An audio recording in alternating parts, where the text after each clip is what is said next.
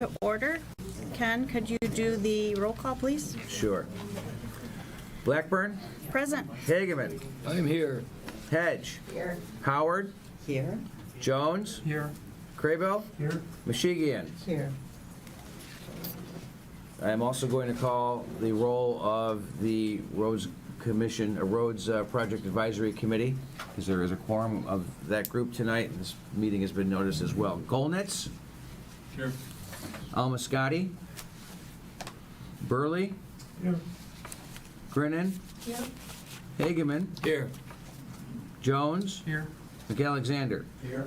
Okay, you have a quorum with 6.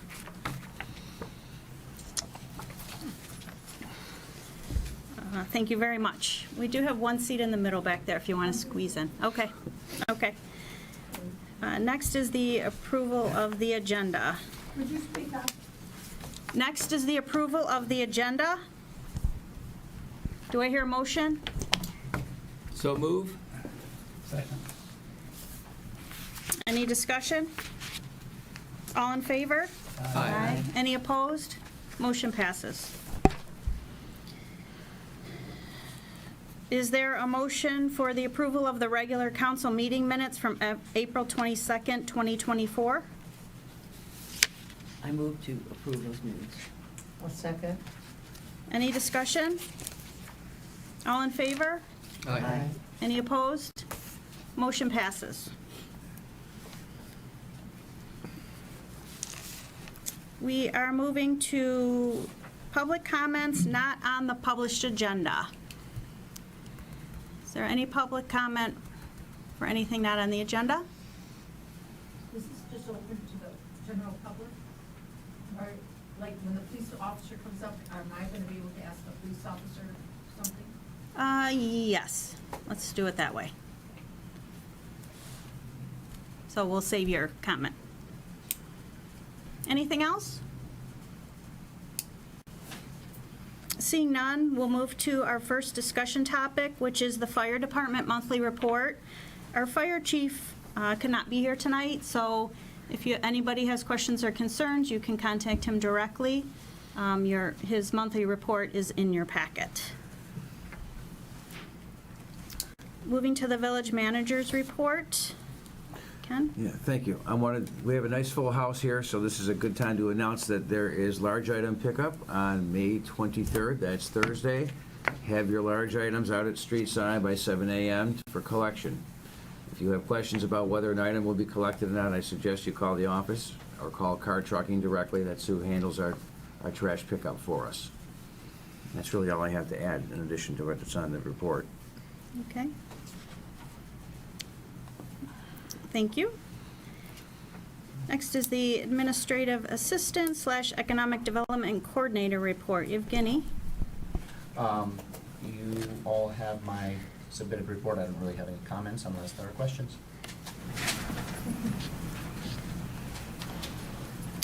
Seeing none, we'll move to the police department monthly report. We have Deputy Chief Kurt Lawson here tonight, and you brought a guest. I did bring a guest today. It's great to see everybody. I think I've only been here once or twice, so it's great to circle back to all of you. I'm very pleased to announce that we had some open positions within the police department, and we've been very selective, very careful about who we're going to select to bring onto the department. Obviously, you know what's so important about Franklin Bingham Farms Police Department is our customer service, the fact that we work as a team for both villages. So we hired just today Officer Nora Downs. She is fantastic in customer service. She's got a history with other small departments, and I'll let her say a few words real quick. Again, my name is Nora Downs. I'm very excited to be here. I used to be a reserve back here in '97, and then I moved on. I went to the police academy and got a full-time job. And then I just circled back around here, so I'm very excited to be here, and I'm looking forward to serving the two villages. Welcome. We also have been doing some recruiting, and we have another open position, and we found a gentleman that currently works for Pleasant Ridge. He did some time down at Wayne State University, then he went to Pleasant Ridge, and I got to tell you, I did his background, and everyone that I've talked to, all his former bosses, his fellow police officers, say he is just absolutely the best. And the reason he's leaving Pleasant Ridge to come to Franklin is that we still have a pension for our officers. And in this environment, all police departments are short, and it's a free agent market, and these officers, they're gonna go for where it's best for them. And right now, he really likes Franklin, he likes what we're about, and we expect him to be a long-term employee. Also, the chief and I did some discussion, and we're gonna get rid of the 2 part-time people that we have at Franklin. I'm all about training, I'm all about repetition, and even though the 2 part-time people that we had at one point were great, I really want another full-time person, so we can all train consistently, we can have that repetition on the street every day, so we'll be going up to a staffing of 12 at some point. So, as far as the monthly report, there's a couple of different felonies that occurred in April, and I hope that's not an indication of me coming to town, that things are falling apart. We did make in both felonies, we have 2 arrests there, so. And I think there was some questions maybe about Brooks Lane incident that occurred, and I'd be more than glad to talk about that. If you- I live on Bristol. I'm Aggie Van Camp, and I live on Bristol Court.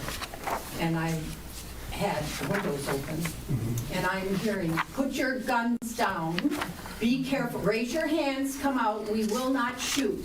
Now, when you hear that in your window, and you have police cars all over your road, not letting anybody by, nobody's coming to us and telling us that we have a situation at hand. I mean, I consider it a big situation. It went on and on and on, and all we could hear was, "Put your guns down, raise your hand, come out, we will not shoot you." That's pretty. Okay, I'm going to address all of that, and then I'm going to talk about what we did really well that day and some things that we can improve on, if that works for you. So some things I can't talk about because obviously there's 2 gentlemen in custody and that we're going to be going to court on them, so I want to be careful what I say. But on April 27th, around 2:40 in the afternoon, we received a 911 call from a residence on Bristol Lane. It was the 2900 block, Brooks Lane. On the 911 call, we could hear screaming in the background. So obviously they dispatched a Franklin officer, they also dispatched a Bloomfield Township officer. When they're on the way, there's an updated call from dispatch that there's shots fired. Okay, now we have a bigger response. We have more officers from Bloomfield Township, we have more officers from Southfield, and our Franklin officer. And that's when I got a call and my Costco shopping was done. So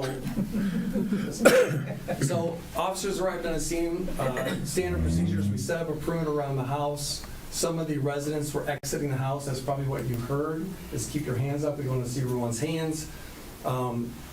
Evacuated both residents that were next to the house, or told them to shelter in place. Had EMS come and stage down the street. We started interviewing family members, trying to figure out what is going on here. And we knew that there was someone that lived at that house that had mental health issues, so we thought initially that's what it was, and it was. We found out that there was a second resident that was hiding in the house, so at this point we thought we had a barricaded gunman, along with maybe a hostage situation. So myself as the incident commander with a Bloomfield Township lieutenant decided that we were going to ask the Oakland County Sheriff's Department to come out with their special response team. I'm certainly not comfortable us working with 2 other departments that we don't train with of handling a situation like that, and the Sheriff's Department does an absolutely great job. So they came out right around 7 p.m. The special response team extracted the 1 person that was hiding in the basement. At that point, we needed a search warrant to go back inside to look for the suspect. We did that. Oakland County went inside around 9 p.m. You may have heard some loud explosions at that point. Those are flashbangs. So they went into the rear of the house, and the flashbangs were deployed in the front. That's for distraction. And obviously, I didn't want to broadcast it in the media that we were about to do that. So I apologize you didn't know. As they made entry into the house, they cleared the house. Our suspect wasn't there. And it was pretty quick that we found out through some investigative means that our suspect was no longer in Bingham Farms. He was not a threat to the community. He never was a threat to the community. He was just a threat to that family. So in coordination with the FBI Oakland County, FBI Detroit, and FBI Cincinnati, we were able to locate our suspect in the state of Ohio, where he was arrested by FBI. and he's currently in custody here in Oakland County. So we did a debrief afterwards with Southfield, with Bloomfield Township, with Oakland County. We all thought it went really smooth. But the one piece that I think we could have improved on was certainly letting all of you know what was going on. So I'm certain that people were calling you. Just we were a little bit limited that night on making the phone calls. But I met with Heather, who does our social media today. We're looking for ways and how we can kind of improve that communication. But I wasn't interested in calling the media. I'm never shy of being in front of the camera, but it's just going to ramp up the whole situation. And I think the way it was handled was probably the proper way to do it. So, any questions? Well, that's also, it's interesting because the information you give out, you may not want the barricaded person in the house to know that. 100%. Yeah, so, I mean, they can't get on a loudspeaker and tell you what's going on. You know, it's sort of privileged information at the time. It's a tough call because, First of all, we didn't know it was Brooks Lane. We had police cars on Bristol Court around this one house. So we wondered if it was that house. Although I kept hearing the ambulance and I kept hearing fire trucks and Right. all coming down farther away. But there was no knowledge that it was Brooks Lane. To us, it was happening on Bristol Court. yeah. Okay, And the police I'm wouldn't sorry, let us- I'm sorry. I let it go too long. Like, there can't be back and forth with, especially not during public comment. Like, I gave you time, and now it's Yeah. council's time, and we can't have back and forth from council to the I would public. just close by saying what a great training that was that night of your men getting exposed to working with other departments. Yes. It's good. And I get my hats off to the officer that responded. He's been here for a while in Franklin, but we don't have these things very often. And he had the peace of mind to know that we needed to set up a perimeter, that we needed to stage EMS, that we needed to get a react team, and that someone needed to call the chief and I. So he had a lot of things going on, and so he did a fantastic job. Looking back and knowing what we know, that suspect was out of the house before we even set up a perimeter. He was already gone. So, but we didn't know that at the time, and you have to go with what information you have at the time. I would just say that, like you said, there were a lot of things that you did right. Number one, nobody was injured, so thank God for that. But I would say, there was no communication with the village. And that just can't happen again. I mean, we had gunshots going. I could hear them from my house. The Oakland County Sheriff's helicopter was going overhead. And I understand your reluctance to get the media involved or using social media, but I know that there's an alert system in Oakland County that could have just alerted the neighbors through text message or robot phone call. Like something, we're going to have to tighten this up. Yes. Because obviously this doesn't happen a lot, and there's not, thank God, an opportunity to train, over and over on this type of thing. It doesn't happen in our community, which only makes it more scary for our residents. So we don't hear gunfire, thank God, on a normal basis. But when we do, I think that the very least is that the residents, at some point, I know it was a hot situation to begin with, but there was never communication with any village, myself, the office, nothing. Right. And that's a failure. So the chief and I have discussed that. We completely agree with you. So that's why I'm reaching out to our social media coordinator and looking for different platforms that we can use, that I can use, or one of my lieutenants or sergeants can use on scene and push that information out. Right now, we have oak.gov, which means one of us has to drive to the station to get on the computer to put the information out, and that's not going to work. So we're going to look at options and improve that instead. Right, yeah, we look forward to working with you on that. And I would just say,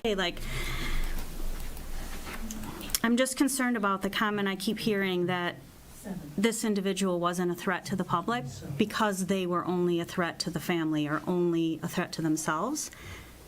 With mental health, which May is Mental Health Awareness Month, past behavior is not an indicator of future behavior with mental health patients. So to say they've only been a threat to themselves or family in the past doesn't mean that night they've probably never shot guns outside either before like that. So that's If I would've concerning known to that me. He was, had left the house, was in a neighborhood, armed, it would have been a massive response from area departments. Right. And you definitely would have known about it. But we, the whole time, thought he was in the house. And once we figured out that he was not in the house, we were 100% sure that he was not in Bingham Farms or Franklin.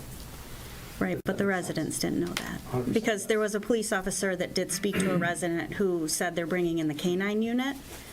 So when you have officers speaking to residents saying they're bringing in a K-9 unit, that's immediately an indication that somebody's loose, Right. right? And, Possibly, yes. or possibly. But, I mean, in your mind, you're thinking K-9 unit, they're looking for somebody. And I didn't have answers, and our office wasn't called. So I look forward, again, I started with, there were a lot of things done right. Nobody was hurt. It was a training opportunity. I appreciate all the other departments that came in to help. It was a swift response, but that communication piece, we need to work together on that. 100%. Great. Thank you.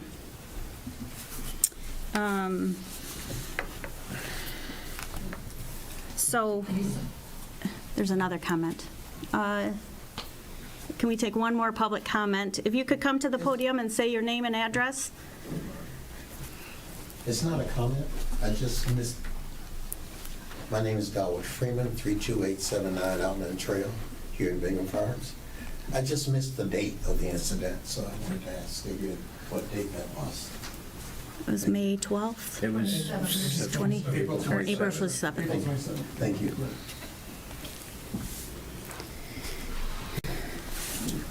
Okay, thank you for that information. Please. And we're going to move to the public hearing for 2024-2025 Special Assessment District, so you're still up. If you could, sorry. Welcome. If you could lead us through the SAD presentation? Sure. Like some of you, I think, are new to the board. When I came to Franklin, Bingham Farms, I've only been here 4.5 months. I didn't know anything about the SAD district. So I've had to do a deep dive. Obviously, Chief Roberts is kind of an expert at this, so I had a lot of discussion with him. And I think having a fresh set of eyes look at a program like this is important. And everything that I've been able to understand and research, this is a win-win for everybody. It's a win for the businesses, it's a win for their employees, it's a win for the people that come and do business there, and it's certainly a win for Bingham Farms and our police department.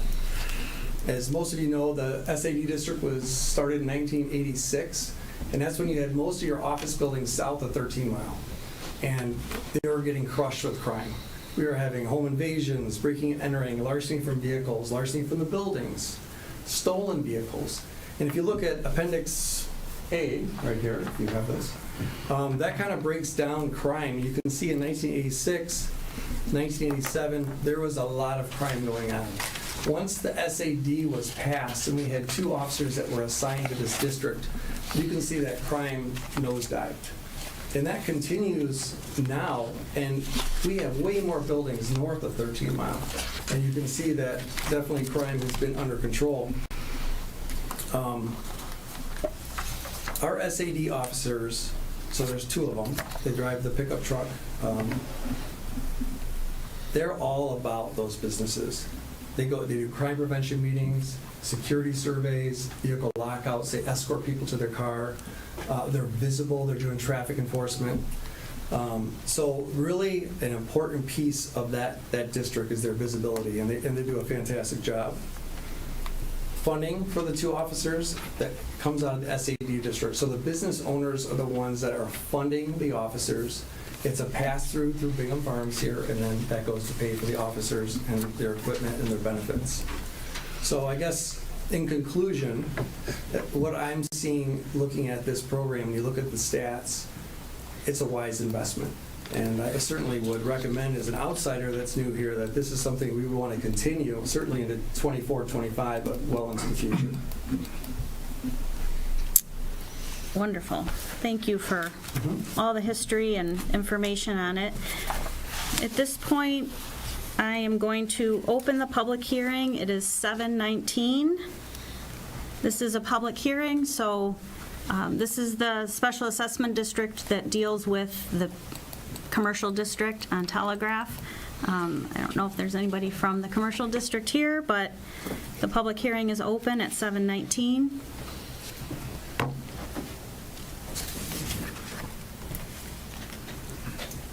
I'm going to close the public hearing at 7:20.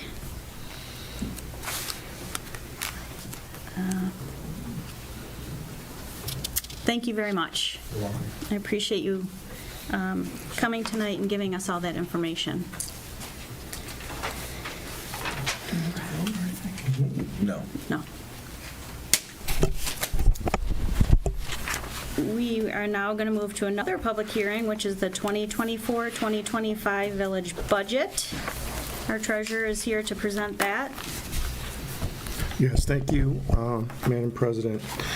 Once again, we're at the time of the year where we do the budget, and I have put it together, spent a lot of time on it, reviewed it with the Budget Committee. Madam President, you were also involved in certain aspects of it, and it is in your packet. So I would just like to start out with saying that the budget is based upon currently leveling 9 mills, the 9 mills that we had last year. It's based upon that this year under the proposed budget. The good news is that you have two things in the budget, obviously, revenue and expense. As long as revenue is greater than expense, that's a good thing. If it's the other way around, that's not so good.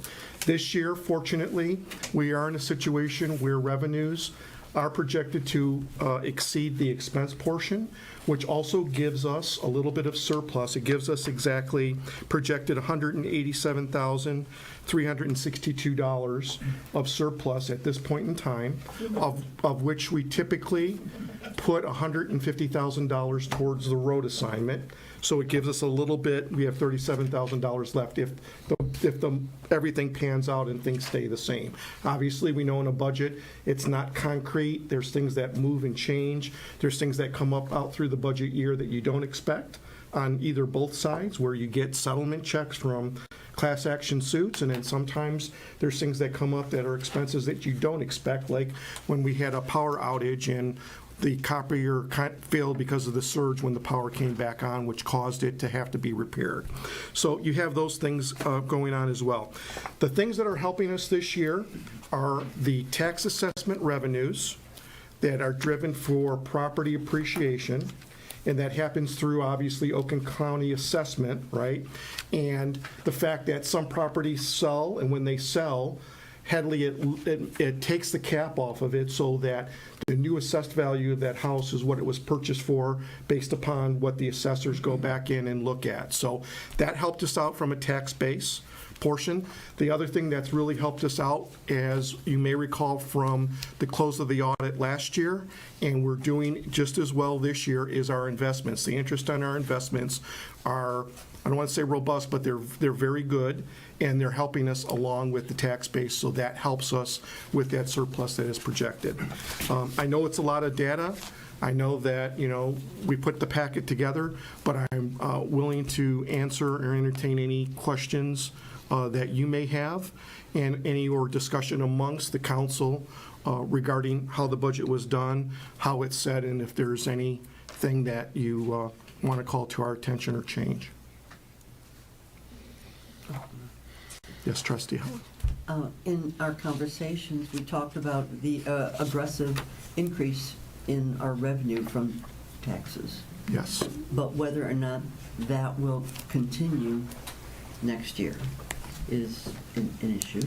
And the other part is that we're expecting to have some significant increases in fire and safety for next year. And so I asked whether or not we should consider some type of millage increase of 1 mil in preparation for building a contingency fund. Now, the road issue is going to take funds, and that's a whole separate project, but this is just for the overall health and growth of the village, not assuming that we're going to have this, and the movement on houses and things like that, there's nothing that I'm aware of in the works that's going to significantly add to our tax base next year. So I could just say, as a caution, we might want to talk about that. Right. I'll make a couple comments. One, you're absolutely right. There's no crystal ball or, AI that I can go to that says what's going to be the tax base for next year. We don't know. We don't know. What I will tell you is that, and refer you to on page 11 of the budget, we put together, and I updated after our conversation, with property tax revenue generated by millage rates. So in that table, you will find, and it's highlighted in gray, where we're at 9 mills and what that produces revenue-wise between real property, personal property, and total. And then I went in and added at 10 mills at the bottom what that generates, and then below that there's a box. So for every 1 mil increase, it generates approximately $217,324 in revenue. And I say typically generates because obviously it's based upon, 1, everyone paying their taxes, 2, no changes in the tax base if someone decides. I mean, it went through the March Board of Review, but that doesn't mean that it can't go to the state tribunal or something change with those property assessments, right? So you just go based upon 9 mills versus 1 mil increase, and then it lists, there, if you go from 9 to 9.1, it kind of graduates in that matrix. So if you've had time to look at it, that's the answers of what each mill increase would generate. I hope you find that It is helpful. very Helpful. I reviewed the budget in detail. We had a meeting to go through my questions. I thought it was very well prepared, and I believe that absent the later road discussion we're having today, my recommendation would be to stay at 9 mil.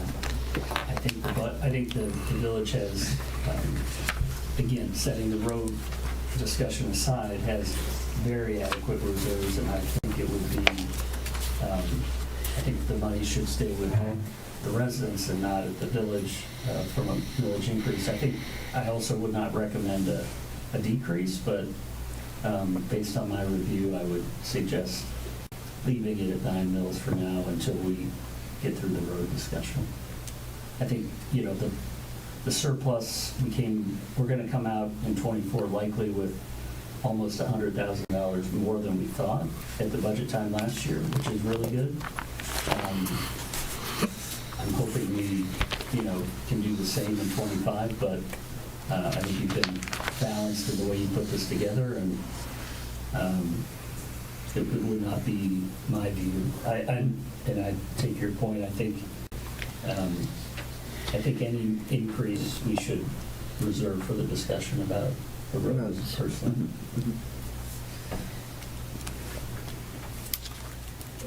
Is there any other comment? So we're not voting on the budget tonight, so it'll be a public hearing, so the public will have a chance to comment on this if they want. But if there's any other points or conversation that can help prepare people for next month's vote, I would entertain those comments now.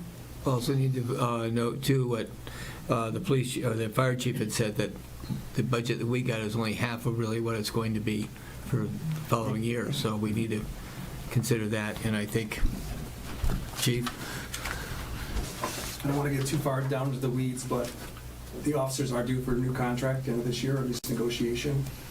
I can tell you from area departments, they're significantly underpaid. Average officer right now, Bloomfield, Southfield, West Bloomfield, Farmington Hills is right around $93,000 a year. Ours are right around 82. And I'm not saying they're going to raise all the way up to that, but it's something to be aware of, that there will be contract negotiations. Thank you. What I was going to say.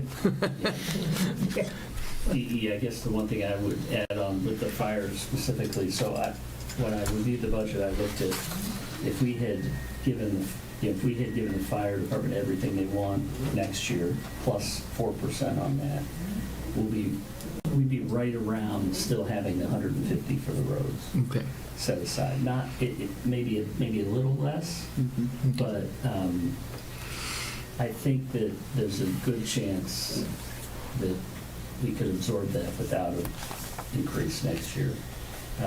Again, setting the road stuff aside. Right. For sure we could, and not have the 150, that we'd like to set aside each year to For roads, upbuild yeah. that road fund, and maybe later for maintenance, but to me, the tipping point would be when that happens, that would be the trigger to raise the millage. And it may only need to be a fraction A fraction, yeah. to cover the police. And I think it's a different message to the residents when we're saying, we're going to raise it and save the money versus we need to raise it to meet the police and fire budgets. I think those are two, in my view, two different messages. And that's why I would, again, my view from that detailed review would be to, if we have to, raise it then. There's, the vast majority of the budget is police and fire. Absolutely. Then the library. Once you get past that, Yeah. they're really small numbers. Right. So Yes. there's not a lot of things you can just remove from the budget. I think we talked about the library at the last meeting. Yep. But outside of those three things, it's 70% of the budget. Yeah, actually, police and fire represent 64% of the entire budget. Throw the library in And you throw, yep. Yeah, it's 70. Yep. And the library increased this year at 3%, which was the contracted rate that they give us. So we're 129 and went to 130, 132. So, Well, I came to the presentation that Tony had for the Ask a Chief, and which was very interesting. He's a very well-educated fire chief. And I'm also the representative from the council for the fire, and I feel like the fire department, as well as all of public safety, is very important. And I think we need to really remember, as Diane said, maybe keeping in mind, yes, we have enough right now, but I'm thinking the volunteer fire department may be aging out, and we may need to start thinking about something a little more than just having volunteers. So you start adding people to the payroll, you start adding at least 75,000 at the low end, I think, for a personnel on the fire department. And I think that our homes are large, that to have a volunteer fire department handle a fire could be detrimental to that individual's home. So that's just, I'm in saying that I think we need to also remember public safety in our budgeting. Mike, I've discussed this with a couple of people of Treasure, and I know it's probably too late to do anything about it right now, but I just want to make the point that I really don't like the way that the road money is budgeted on if we have enough money at the end of the year, we'll put $150,000 towards the roads. I think it ought to be above the line so that we're expecting to have that, and so that it doesn't, if we have a bad year, it just doesn't get done. But I also want to get the budget passed next month, so I don't want to make too big of a deal or fight over it. Just maybe we can keep that in mind and try to deal with that afterwards. Kurt, I have a question on designating funds for very specific uses. Are there terms or conditions for that? you're speaking about like dedicated millages that would specifically go to fire, or are you talking about just a budgeted line item? Just a budgeted line item, that it would be designated for roads, designated for public safety. What are the rules for that? Once it passes, council always has the ability to amend the budget. You guys have the final say of where buckets they go.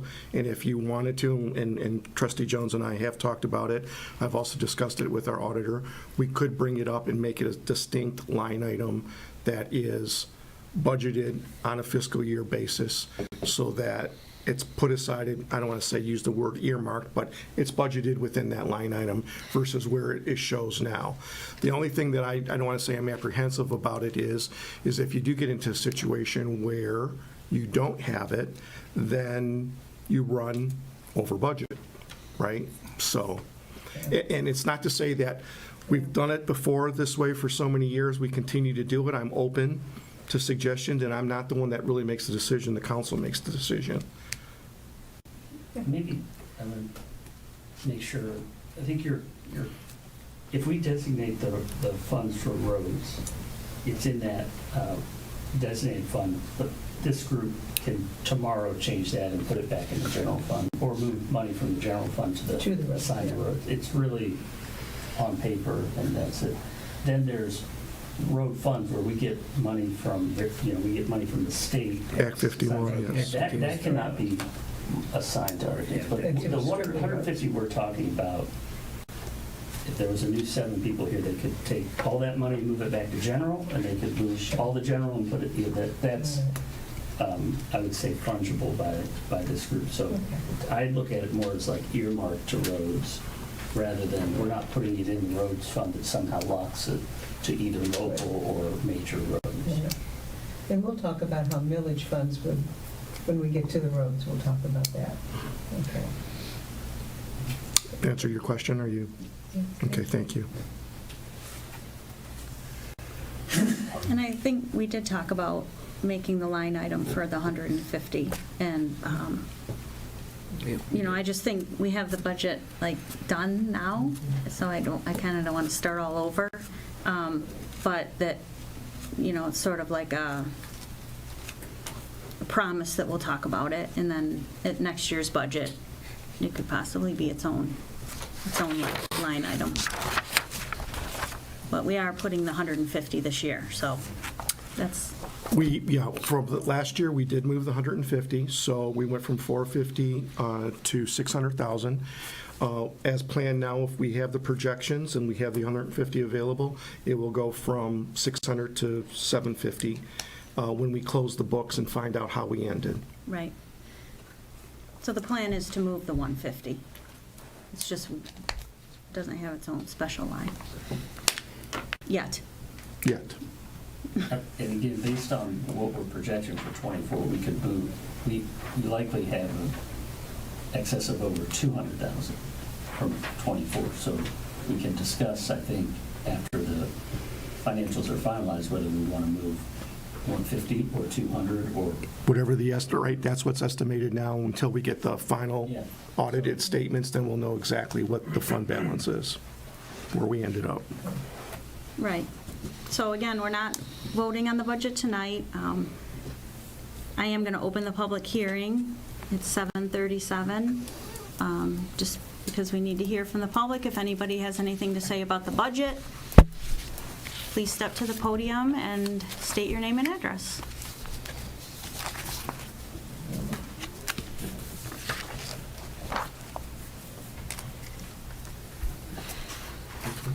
Seeing no comments, I'm going to close the public hearing at 7:38.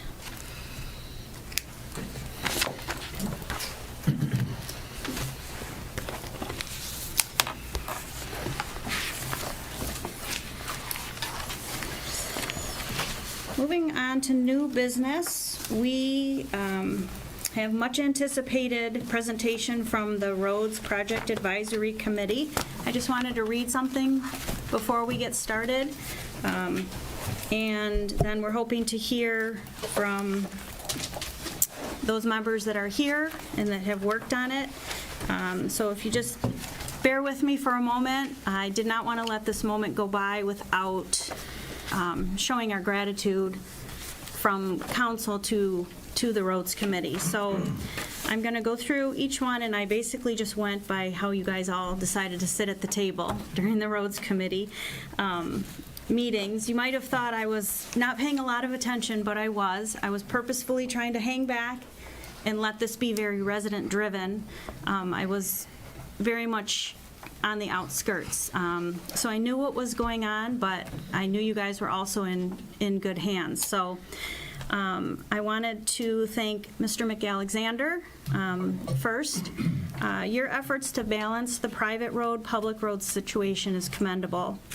Working hand in hand with a private road resident to develop 2 proposals shows your willingness to try to find a solution that is palatable to all residents.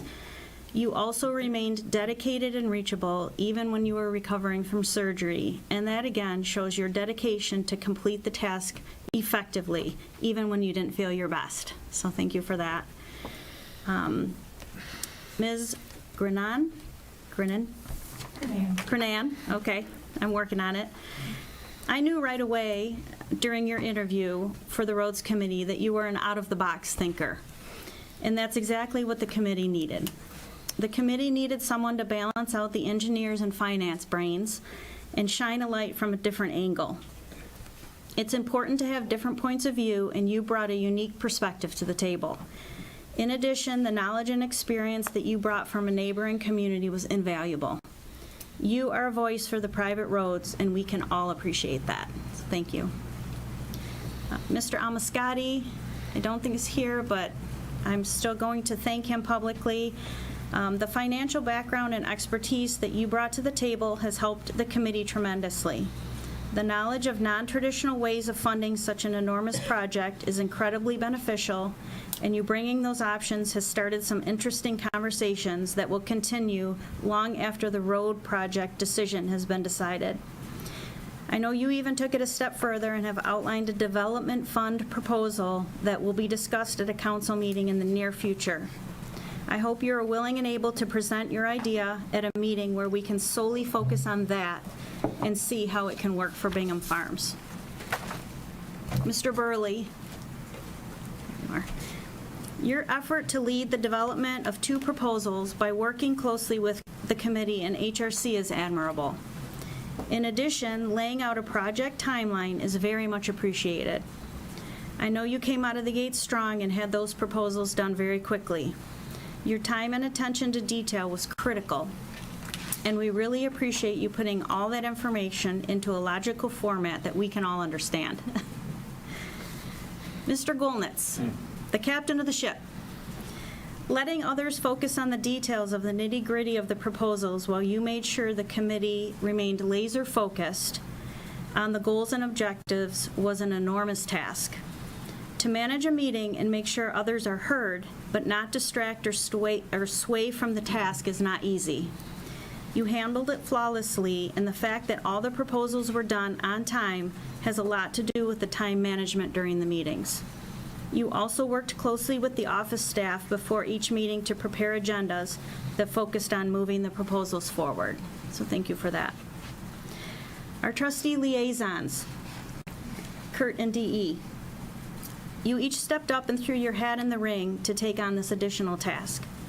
It goes above and beyond your council duties, but neither of you hesitated to dedicate additional time to the village. You both balanced your involvement perfectly so that the committee was resident-driven. Communication between the committee and council was critical, and you always made sure that we were all aware of the progress being made by the committee, so thank you for that. Each member of the committee made a difference. Sometimes when people volunteer to do something, they quickly realize they don't actually have the time or the desire to complete the task. But that didn't happen with this group. Every single member stayed devoted, not only giving time and effort during the meetings, but also outside of the meetings. Whether it was researching options, meeting with other committee members, writing up proposals, or just laying awake at night ruminating over new ideas, it does not go unnoticed that you all care deeply about the village and its residents. So thank you all so much. I would be remiss not to mention our staff. Each of you contributed to this process also. Ken and Evgeny donated their personal audio and video equipment and tech expertise to get every meeting live streamed and videotaped so that all the residents had an opportunity to be engaged in the meetings, and we now have an archive of how decisions were made, so anyone can go back and view the process from the very beginning. Bill, the finances are obviously front and center in all of the conversations. It's essential to have a good understanding of how these options will affect the financial health of the village. Thank you for having a firm grip on the numbers. When a big project like this comes along, it puts a lot more pressure on an already very small staff. Each staff member stepped up and was readily available to help and did a lot of work behind the scenes. I know we did a lot more than what I mentioned here, but thank you for everything. where do we go from here? After hearing the proposals tonight, council will discuss and move forward. But I truly hope that each committee member will stay in touch and be available for future conversations. This is only the beginning of a very huge lift for our little village. I hope you are all in it for the long haul, because the 7 of us cannot do this alone. So thank you very much. I wanted to show you all that your work ended up in this beautiful book that will be forever in the office. So even 20 years from now, the new people, if they're looking for sort of a roadmap of how to get started, all of your work is going to be here. Yevgeny put these together for us. Obviously, not every single piece of information is in here because that would have been a huge book, but every council member received one of these, and there's also a copy in the office. So if any resident wants to come in, you're more than welcome during office hours to come in and peruse it in council chambers. They would be happy to share it with you. Also, to any of the committee members, if you want one for posterity's sake or to just keep with you, please just go ahead and ask one of the office staff to make you a copy. I didn't want to overcopy them because right after the budget conversation, there's a cost to them, but not anything we can't easily absorb. If you would like to keep one for yourself, just request it, and we'll be happy to make one up for you. So with all of that said, I need to get back to my agenda. There's not really a set way to do this. What I was thinking was we would just go kind of proposal by proposal, let the public hear what you all have said, maybe answer some questions, and sort of go from there. So I think the easiest thing to do is start with Proposal 1, which is status quo.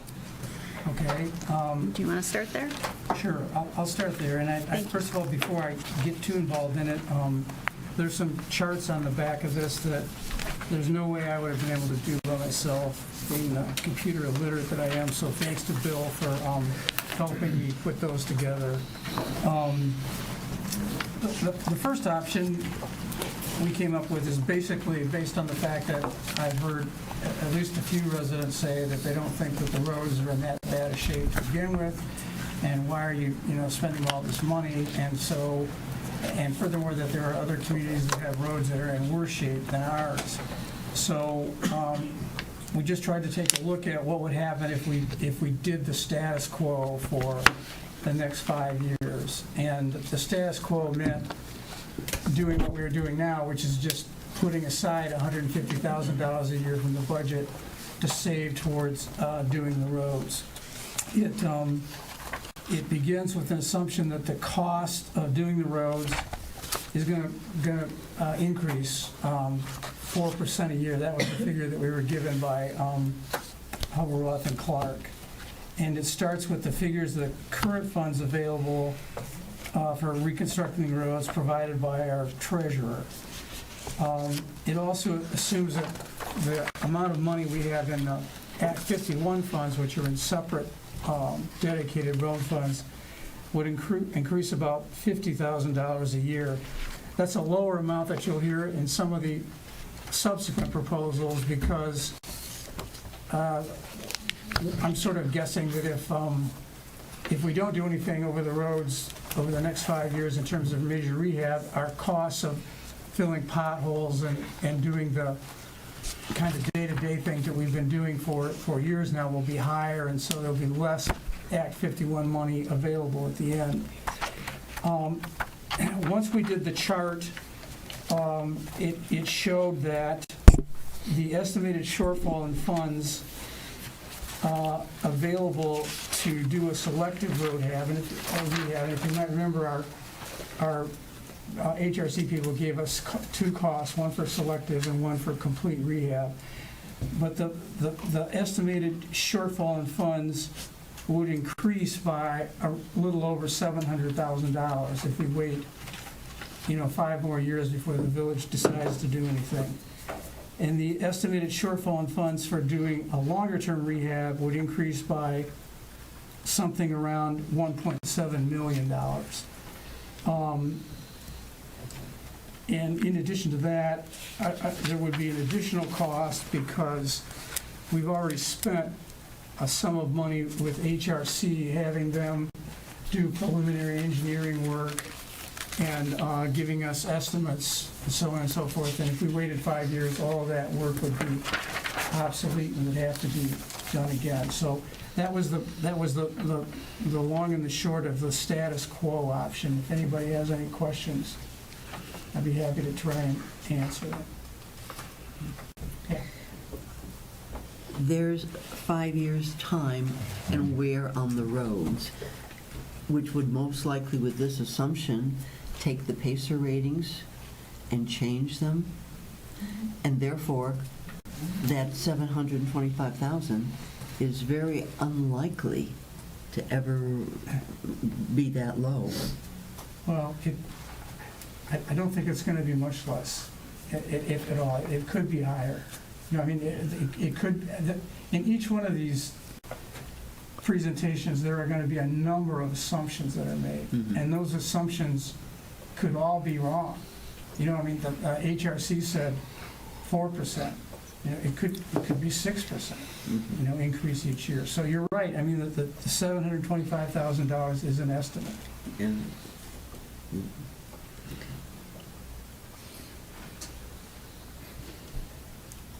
Are there any other comments from council on this one? We do have the roads committee, you're having a meeting as well, so if anybody needs, would like to speak to this, feel free, because. We've had a lot of discussions already. So. Right, right. You guys missed out on it, but I'm sorry about that. Right, but, I want this to kind of be like a joint presentation almost, so feel free if you think of something to raise your hand and come to the podium.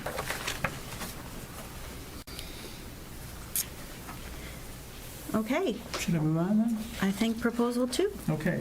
Option 2, just entitled Road Maintenance Option, and it's pretty much the same thing with one exception, and that is HRC gave us a suggestion that we should start spending a certain amount of money on a yearly basis just to maintain the roads. And the theory behind that is that if you spend more, we're doing like pothole filling and stuff like that, just what is the very minimum that's absolutely necessary right now. And their proposal was to spend more, and the theory was that it would increase the life of the roads.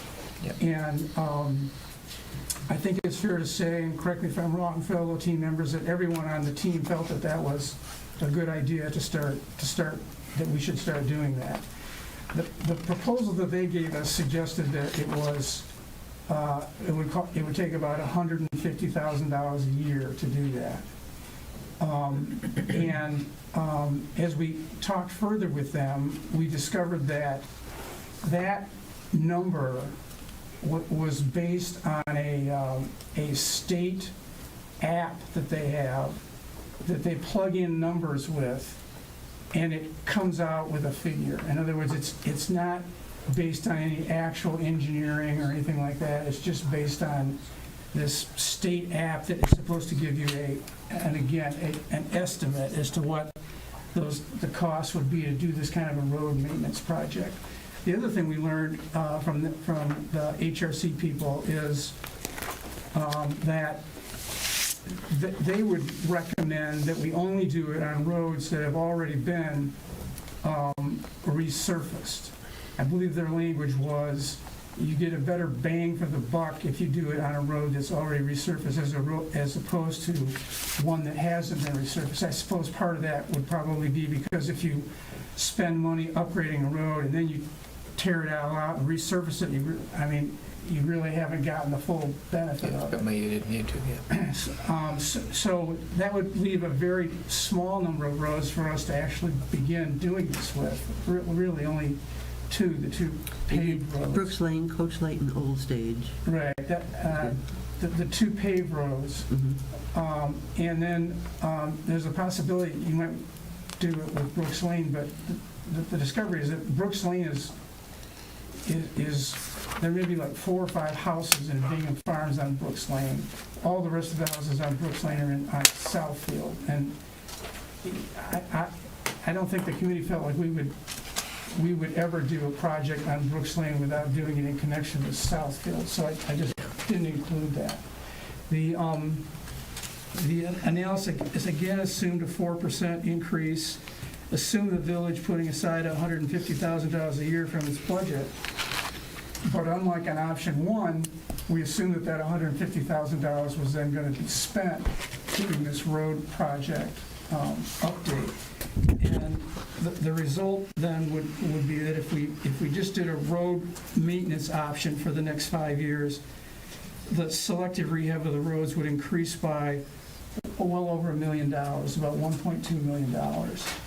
And again, that figure is higher than for option 1 because we're using the $150,000 rather than saving it. And the amount, I'm not seeing it right here, but obviously the amount for the full rehab would be higher than that, would be considerably higher than that. So that basically was our option 2. Yeah. Any questions? Well, I just want to go back and reiterate what you said, Kurt, that this was the premise that we kind of started with. And that was kind of how the whole committee started. This was the one option that we figured was the most usable. And then we created more options on top of that. And that's where these guys did an outstanding job. That was all I Okay. have. Yeah. And I do want to reiterate what you said is, I think the roads committee could have met for the next 2 years and gone down every rabbit hole that was brought up. There's just no way to cover every single base or predict anything in the future. So there are a lot of assumptions in every one of these proposals, and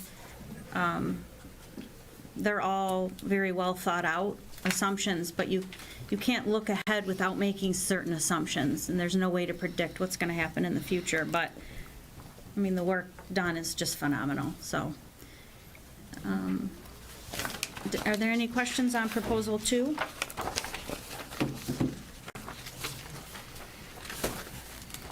Nope. Okay, let's move to proposal 3. Who's up? Mr. Burley. Welcome, thank you for coming. So the balance of the proposals are all based on a starting point of short-term and long-term rehabilitation of the $9 million figure that HRC gave us in the last engineering study. So that's the starting point. So Hubble, Roth, and Clark's latest proposal were the mix of short and long-term rehabilitations. They also gave us one that was $9 million. They also gave us one that was 14, which is all long-term rehabilitation. We did not consider that. We only considered the short and long-term combination of $9 million. They have emphasized to us, and a couple times we met with them, that the total of what we want to spend depends on the village goal for their public roads, or what they taught us as a PASER rating, which Kurt mentioned earlier. And so we kind of set that as an objective of what PASER rating we wanted, and I think we settled in on, somewhere in the 5 to 7 range. Can you just say what's like, it goes 1 to 10, just for the 10, people? Where 1 is the worst, it's like a non-existent. It's Timber Trail. I never saw 1, but Right. I'm sure some of us have seen ones in Michigan. Up to a 10, which would be a brand-new constructed road of concrete or asphalt. The selective rehabilitation presented by HRC is primarily the resurfacing and capping with some drainage improvements for most of the roads in the village. 4 roads, Bristol Lane and the courts, related courts to Bristol Lane, have been designated as a longer-term rehabilitation in the HRC study. which is the complete asphalt removal and replacement with major drainage upgrades. The cost of the long-term rehabilitation is $4.37 million, or 48% of the total $9 million that they had proposed to us. This equates to twice the cost of resurfacing as calculated from Bingham Road, which is just a resurface proposal, or what they call a short-term rehabilitation, which I calculated comes out to about $320 per lineal foot of road, versus Bristol Lane, which is $644 per lineal foot of road for a complete asphalt replacement with the major drainage upgrades. Both Bingham Road and Bristol Lane were initially paved in 1984, and they were resurfaced in 2003 and 2005 respectively. Both roads had an effective lifespan of approximately 20 years between rehabilitations without any regular preventative maintenance. I mean, obviously there's what we call reactive maintenance, filling potholes and such.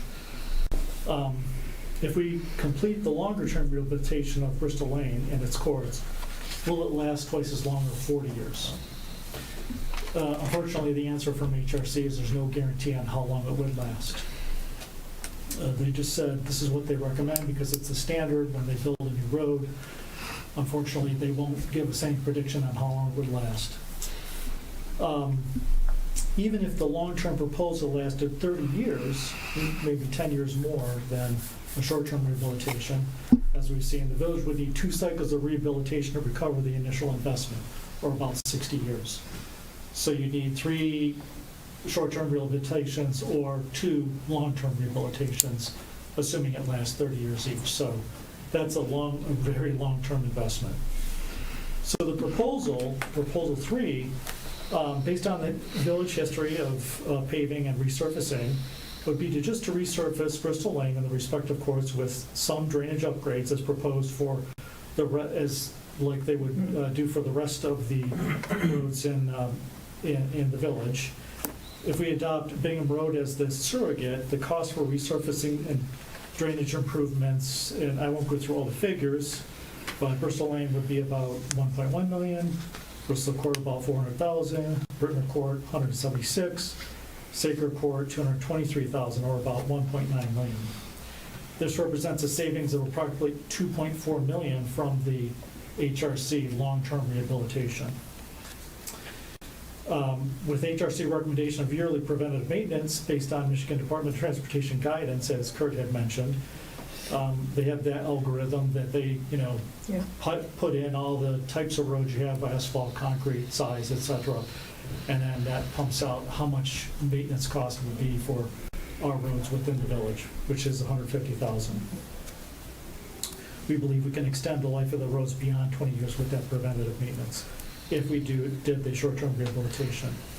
Additional savings come from eliminating selective rehabilitation on Brooks Lane because the PASER rating is already an 8, which is good. So it really doesn't need the recommendation of short-term rehabilitation of resurfacing that was provided by HRC. And that's a savings of $113,000. Conversion of Timber Trail, about 2,200 feet, to a walking path or trail with removable bollards at either end would generate an additional savings of $134,000, assuming matching grant application is successful as proposed by Ken earlier in our investigation. This puts the total selective rehabilitation cost at about $6 million.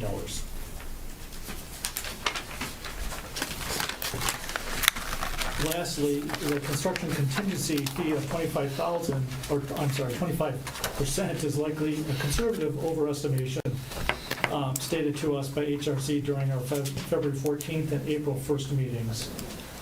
We met as a whole team with HRC. They went through the whole engineering study. Kurt, myself, Ken, and Eric met with HRC for a 2-hour meeting in April. And as we were going through the line items, they admitted they were very conservative in their estimates. And a more realistic estimate would be about 10% contingency. So that is included within this proposal.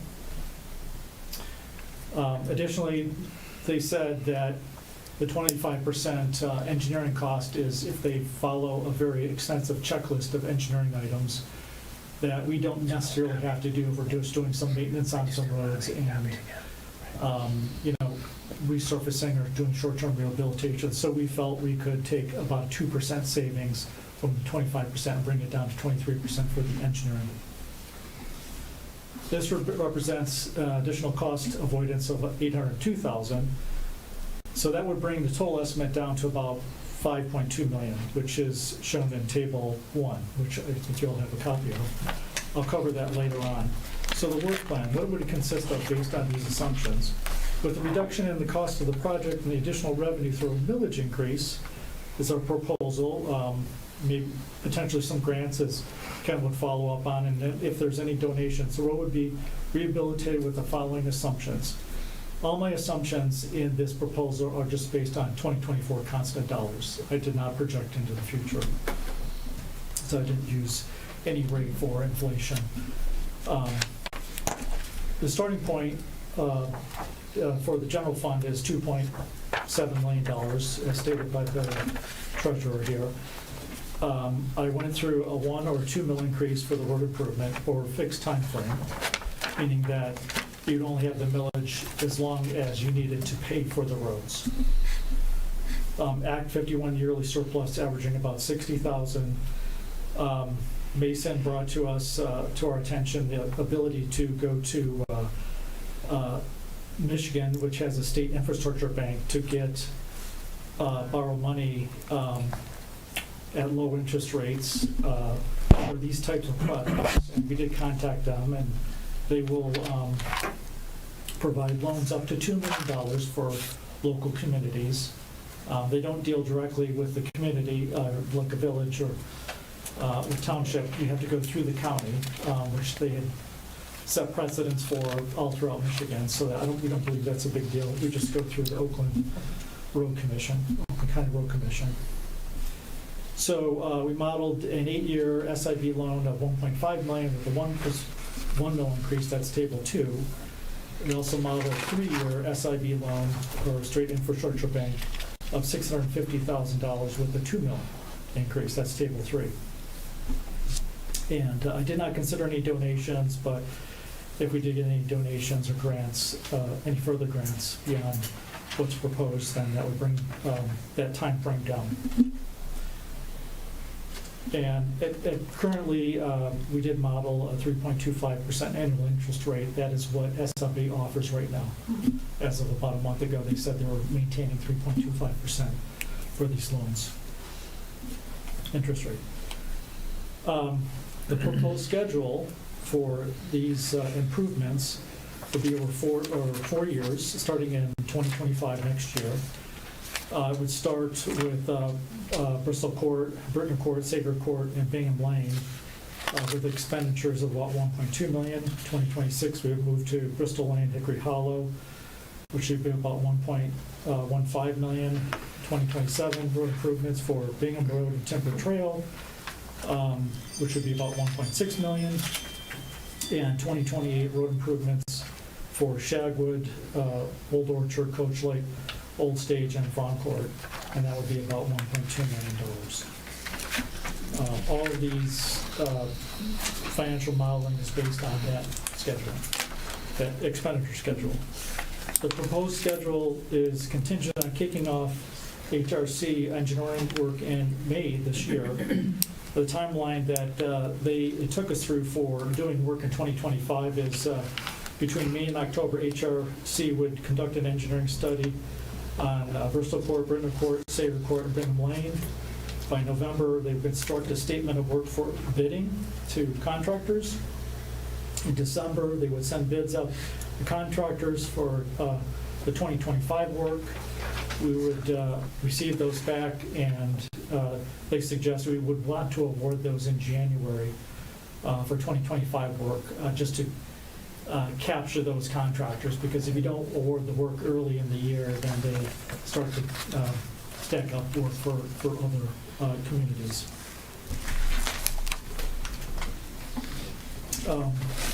With the addition of a yearly preventative maintenance plan on MDOT guidelines, the Village of Bingham Farms could maintain PASER ratings between 5 and 8 for an extended period, potentially 20 plus years. The preventative maintenance plan could consist of 2 yearly inspections, late spring after the frost and early fall before winter preparation by an engineering firm, potentially HRC, to identify areas of improvement such as crack sealing, capping, culvert blockage, repair, drainage issues, and/or erosion. So in conclusion, based on the history of paved roads in the village of Bingham Farms, the most cost-effective solution for rehabilitation is a selective mix of resurfacing, capping, drainage, erosion improvements, and spot repair of subgrade.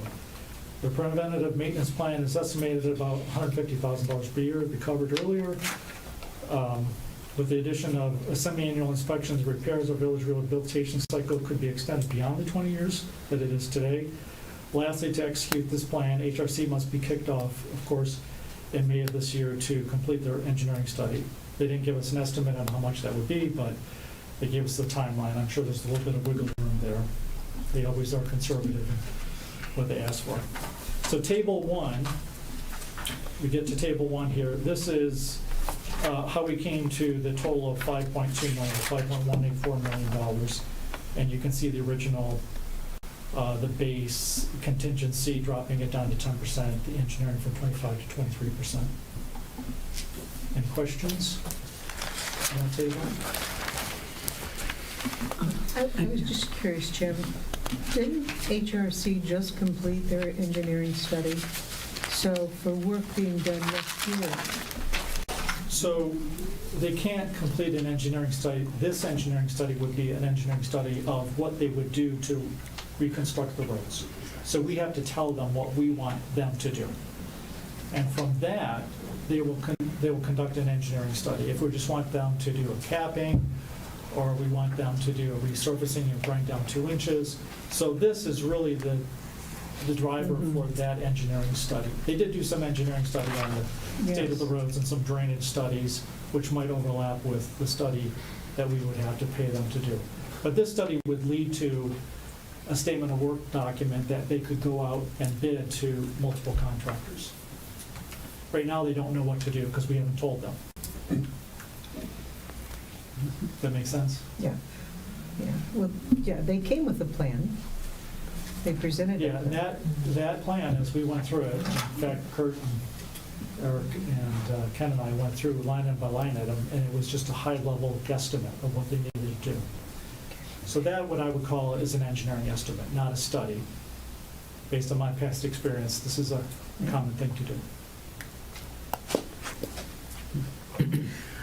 I noticed that in your selective short and long-term rehabilitation table at 1, you did include Coach Light and Old Stage Road. If we were to do a combination of proposal 2 of the maintenance option for Coach Light and Old Stage, in Some of this- conjunction with this, would that bring the number down? Potentially, there is some overlap here between maintenance of what they proposed and some rehabilitation. So there might be some potential overlap with that work. But that's not something we actually dove into to get that level of detail. Mm-hmm. But that is a possibility. That's a possibility. When you talk about rehabilitation as opposed to reconstruction, it would be interesting to find out what we've invested when on the roads in the last 4 or 5 years. And so what you're saying is if possibly we do more, we include drainage work, because we know that can be... That is included in this proposal. Right, exactly. Not the extensive drainage work, but, maybe some ditch rehabilitation, clearing culverts, putting in new culverts that are collapsed, that kind of work. So I'm wondering how much we've spent, and if we spent what you're suggesting, what are the improvements that we could assume would result? So I based this proposal on history, because every time we ask them how long, if you do this, how long would the road last? They said, we can't make any guarantees. So it's really hard to answer that question. So that's really the basis of this proposal is what we've done in the past. If we replicate what we've done in the past, we can expect the same results. Right. So do we know what we've done in the past? Only the major, the resurfacing is what was published in the original documentation that was provided to all of the roads advisory committee members. Can we learn that? It's in here. We have some a massive collection of data back that, all these various road projects over the years. Okay, yeah, This is, good. shows the All last right. resurfacing. I was going to say, That would isn't be it good in to know. the, All right. Page 2 of. yeah, it's in the Oh, newsletter, 5A or 5B? right? Well, those are the dates, yes, Oh, but past it's the not the additional numbers. information, There's okay. no numbers in there, cost numbers. So in summary, the difference between the 9 million and the 5 million is less work done on Bristol Lane and the courts, less extensive digging it up from scratch. So Bristol, instead of taking the longer-term rehabilitation on Bristol Court, or Bristol Lane and the courts, so Sager Court, Britain Court, Bristol Court, and not doing Brooks Lane, converting Timber Trail. And contingency. Yeah, and the contingency. That's yeah. a big number right there, from 25% to 10% contingency. How comfortable was Hubble Roth with you After we using? started going through the line items and questioning the line items, they had already built the contingency in the line items because they hadn't done an engineering study. So there was already fairly large contingency in the line items, and then they added on 20-40%. So it's almost a building of contingency on contingency. Do they let out the bids and help point to which contractors to select? Yes, that is a service they provide. We, the village, would pay the bills, but they would construct the statement of work in a bid package, and they would, I'm sure they would read the whole bid the statement of work, and then who contractors are gonna go out to. There's certain contractors, you don't want too big of a contractor, too small of a contractor, so, they have to go out and look at the contractors that can take on a job of, like, say, roughly $1.2 to $1.6 million a year. They told us that if you go below $200,000 a year, then you're paying a price premium because of the mobilization efforts. You have to get people on site and equipment on site for short periods of time for a small contract. So we felt anything over $200,000 would be a decent contract, and so we think we're in the safe range of getting a reasonable cost at that yearly expenditure. Let me just add to your comment. One of the things that the HRC said in the meeting that Jim's referring to, and it really swayed me in terms of like whether these discounted amounts are, for the 25% to 10% are acceptable, is they said that the worst thing that we can do to one of our clients is to provide them with a figure that is less than the amount that the road actually turns out to be. In other words, they don't want a village to go, or whoever to go on their estimates and end up with half road build and no money. Mm-hmm. And so they, I think, have fairly generous contingencies. Yeah. And if you look at the schedule in Table 2 and Table 3, obviously this is based on assumptions of constant dollars and the estimates that they gave us. But if the estimates come in less or the estimates come in more, then you can modify the schedule, basically. So you would say if it came in a little bit more, maybe you would go out another year in the millage. If it came in a little less, maybe you go less, 1 year less. So there's flexibility. We just gave a proposal here for a starting point of what it would look like based on assumptions we know. So, Madam President, I just want to reinforce Sure. that these proposals are detailed concepts, and they are not necessarily endorsed by the people that are presenting the proposal. Okay? It's just detailed. Does the road committee have a recommendation? That was not our job. Yeah. Our job was to give you 3 to 5 recommendations. I mean, one of the things the road committee did ask of the council was, what's the objective? Because when you start something, you want to know what the objective is. If you just say, I want to rehabilitate the roads, what does that mean? What are the metrics on it? And the HRC was given, what would it take to redo our roads? So they gave a wide variation in, estimates between, going and creating all brand-new roads to doing some rehabilitation on the roads. So that's when we got some feedback from the council that we were kind of targeting that 5 to 8 range for Pazer for all of our roads. So with 5 to 8, you could do it with this, we believe you could do it with this rehabilitation plan.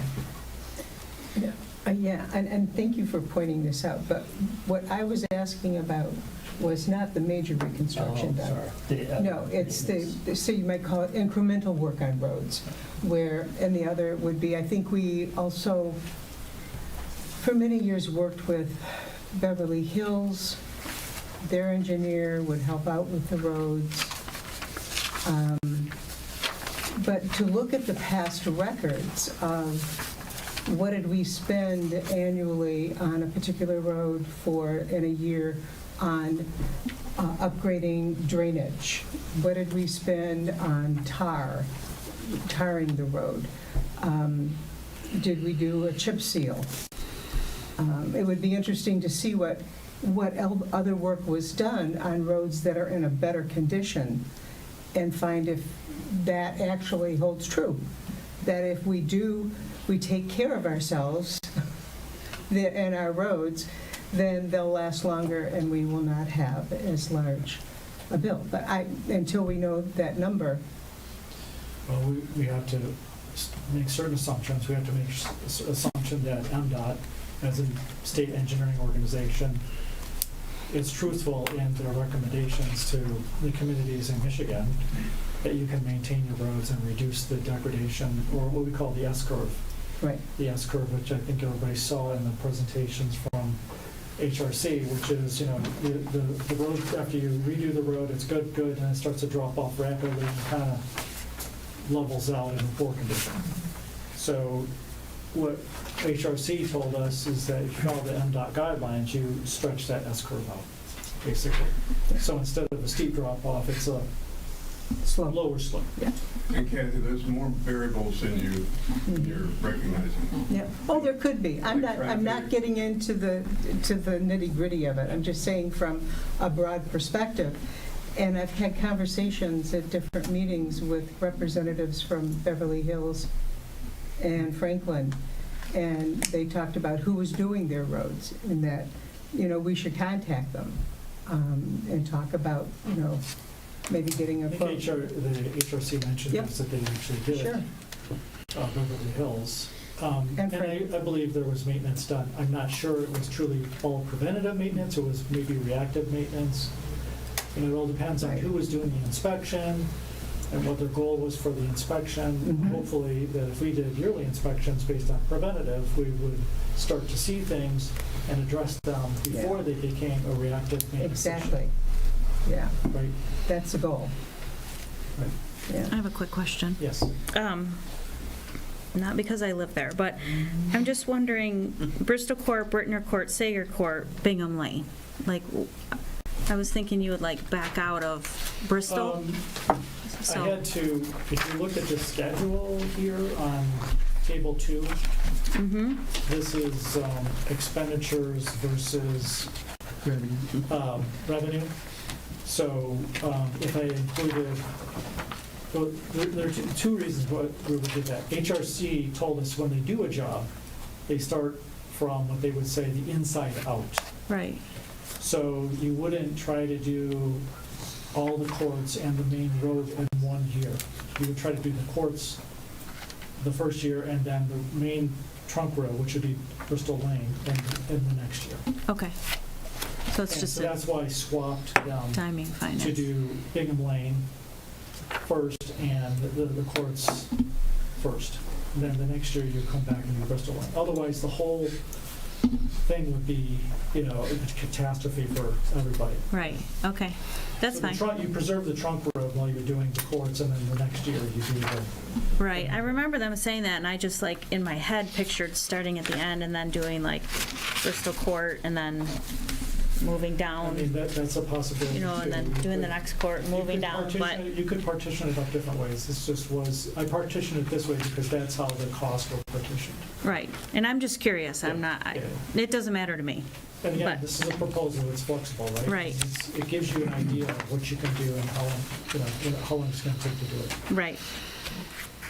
Okay, I'm sorry, we interrupted you, so let's get back to your tables and, So the table just shows here, you're starting with the revenue, you're starting with the general fund of 2.759 million. And then it shows a 1 mil increase, table 1 shows a 1 mil increase over 11 years, I think, I think 11 years. And a $1.5 million one, which you would take in 2027, because you have enough money to get going for the first 2 years with the general fund, and then you come in for loan in the third year to pay for the balance of the roads, along with the millage increase. Then the millage increase would then pay back the loan, and you would be completely paid back on its rehabilitation over a 11-year time frame. All in constant dollars, of course. And then table 2 is just if you did a 2 mil increase. So it's the same construct. Table 3. Table 3, actually. Table 3, I'm sorry. Table 3 is a 2 mil increase and shows you the time frame, which is obviously shorter, but it's twice the dollars. Yeah. Okay. One more question. Sure. In the conclusion, you talked about the most cost-effective solution for rehab, and it's a mix of certain things, and then spot repair of subgrade. Now, to me, you're talking about those areas of Bristol Lane and the courts that are the most volatile in their PACER ratings. Would that spot repair of subgrade? So subgrade, the way they explained it to us, as we went through all the line items, that they had put a certain percentage of the roads, even if you resurface it, some of them are so poor that you would go all the way down to subgrade and replace that subgrade in that area.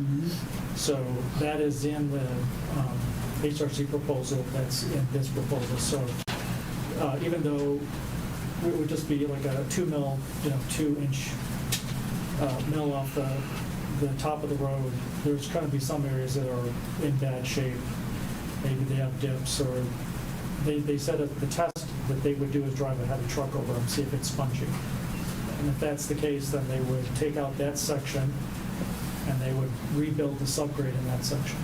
So the worst-case scenario would be that if driving the truck, everything started to collapse, basically the whole road would have to have repair of the subgrade. And we're back to that $4 million again. Yeah, but I don't believe that's the case because we've already done resurfacing once. So we have history. Okay. If we didn't have that history, then I would say, you potentially could be right.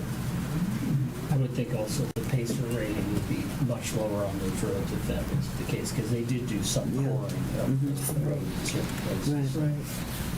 And they did mention the coring, and that we basically are not using the coring because they said that the gravel cap on these roads is really, really solid. So, these roads were gravel for a long period of time, and they kept putting more and more gravel on it.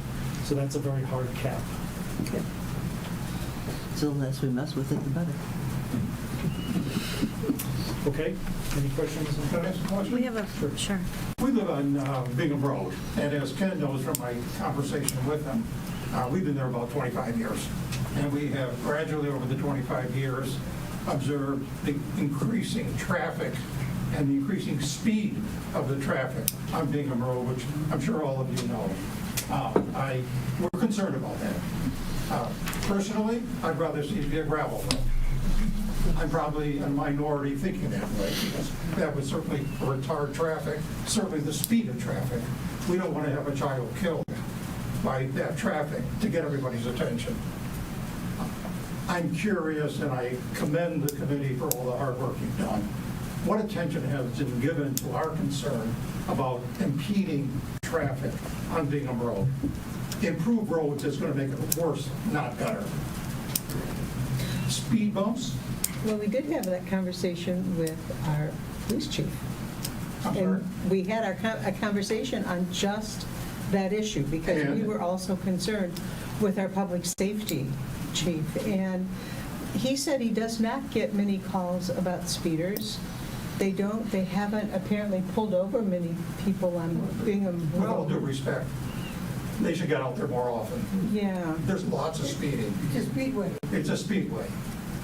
The 25-mile post is a suggestion, not a limitation. And when you're walking on that street, you have to be very careful. Well, yeah, I think on all of our roads, we have to be careful. People are looking for addresses, they're Bingham Road looking, is particularly a problem because of people coming off Telegraph, using it between As a 13 and path. 14 to avoid the traffic. yeah, there are 3 roads that are actually roads that take you to other roads. That's Bristol Lane and Bingham Road and Bingham Lane. The rest are destinations. You're going to a house on a particular road. So, but I suppose we could ask him to do, Well, did the committee discuss speed bumps? Did we get to that point in the? Yes, Kim can help you on that. Well, I I know have, Ken's against them, he's already shared his thoughts with them. the committee has discussed speed bumps to a degree, and the general consensus is that they weren't interested in installing them. Sorry? The general consensus of the committee was that they were not interested in installing them on Bingham Road. And the reason for that is? Well, the chiefs do not think they're a good idea necessarily. That's not a reason, that's a conclusion. what he said was that it slows down emergency traffic. EMS, big fire trucks, police cars, and the other thing is that once you go over the speed limit, they find drivers go even faster to the next one. So, Well, we've been on roads with speed bumps, and if you have more than one, you don't have time to speed up before you get to the next one. And the few seconds of slower emergency vehicles, we'll take that risk. Studies, as we know, we've talked about, have been done that refutes the concept that it's a negative. We really need help on Bingham Road. Dirk, do you have something? I was just gonna say snow removal's problematic, yes, speed bumps, Right, just is. right. I know there's communities that take them, like, put them in and then take them out in the winter because the snow plows, but that just seems like a huge lift for, the community. I don't know. I guess I would suggest, that's probably not in the purview of this committee, but maybe get with some neighbors and see what their thoughts are on it. I mean, we'd have to have some sort of consensus on that. And then if they're on one road, we'd have to, look to putting them on other roads. You could always, I don't know, could you do it? Could one road pay for that? Could what? Like if one road wanted to, It is very unusual for a municipality to have a road like Bingham Road, what I would call, and I think it's categorized as a major road, right, 51. right, Very unusual to have that kind of road have speed bumps. You will see speed bumps often in subdivisions that are private roads, but for a major road, a major public road, it's very unusual. I'm not saying their concerns aren't justified, I'm just saying it's very unusual. right. And then you need to offer it to all of the, if we do it for one road, we'd have to offer it to all of the roads in the village. And that's why I'm asking if a certain road, say 51% of the people on that road wanted speed bumps, could they pay for it themselves and have them It's installed? a public road, they'd have to ask your permission to do that, you'd have to agree to it. Okay. So that might be somewhere to start, talking to other neighbors. Do they want it? Would they be willing to pay for it? And then we could start the conversation there. Is there a homeowners association? Not on Bingham. Hang on, we have one other comment. I noticed that on Bristol Lane, we have a new, Right, the police put that up, right. the police did that? From time to time, they do that in the village. And I'll tell you, I can watch cars in front of me see that and slow down. Right. I think it's a great thing. Yeah, they'll take it down and then they'll put it back up and then they'll move it to different locations in the village. Yeah, Yeah. right. So again, I would say we're gonna let the committee finish their report, but I would say start talking to some neighbors and see how they feel about it. And we can take it from there.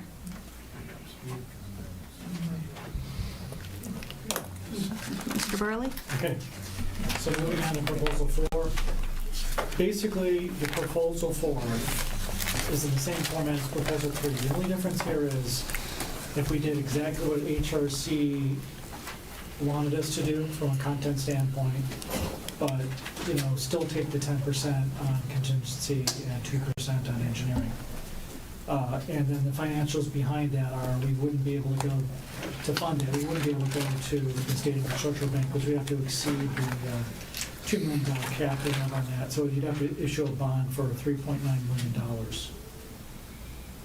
So this is just for consideration of the council if you wanted to do everything HRC asked for, and the millage increase associated with that. Would be the same. I modeled 1 mil and 2 mil, but it's just going to take longer to pay back. Right? Yeah. So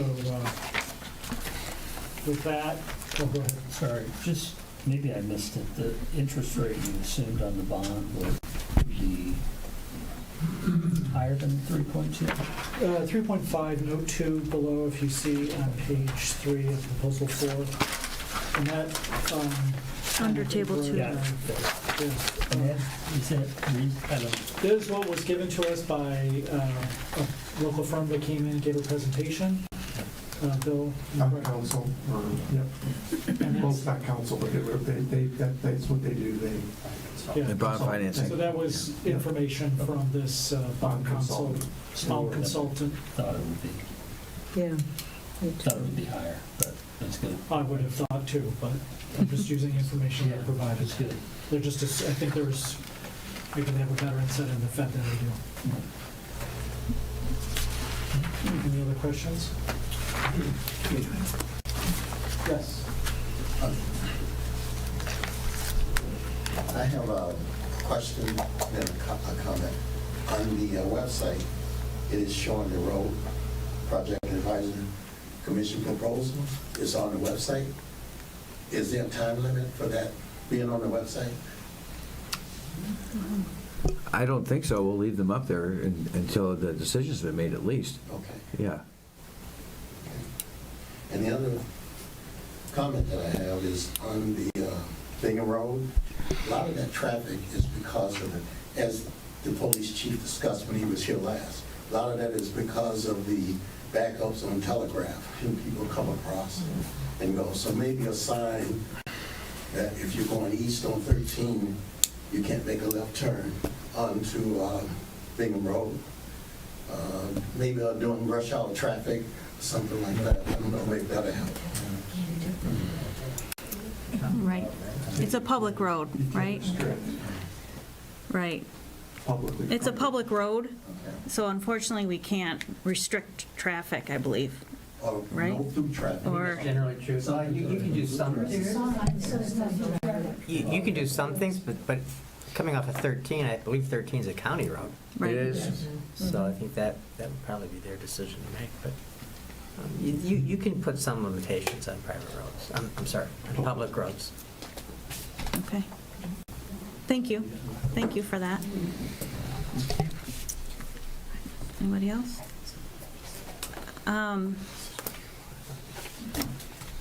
These financial models and the timing is really helpful. My 2 cents as the auditor in the room, I thought that was extremely well prepared, very easy to follow, so. Right. I know it's not without a tremendous amount of effort, so thank you. Okay. Yeah, Any thanks. other questions? Thank you. Thank you very much. Very much. We have Proposal 5 and 5A to get through.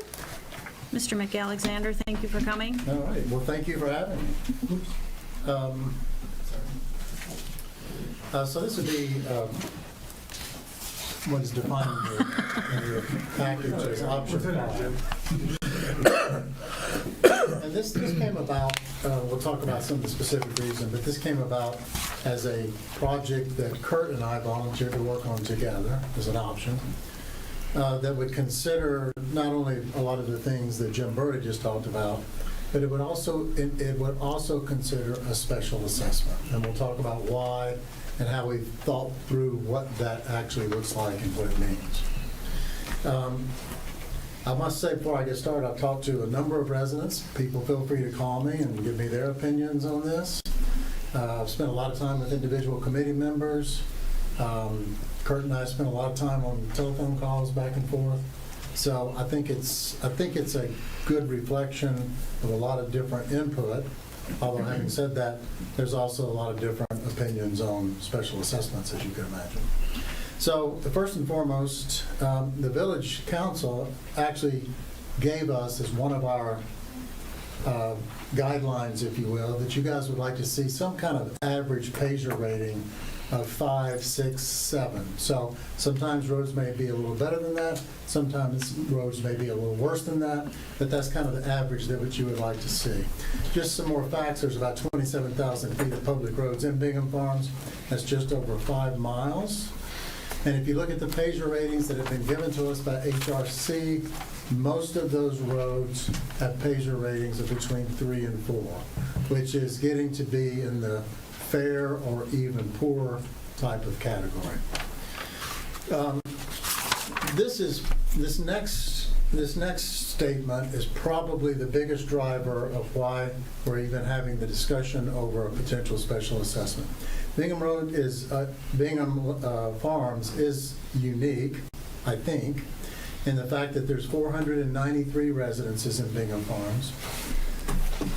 Maybe you think it's 500, maybe you think it's 495, I don't know. I did Zillow, I did Google Earth, I drove around the neighborhood and counted things. That's what I think it is. I think it's plus or minus a few. So there's 493 residences, of which approximately 253, which is over 51%, are on private roads.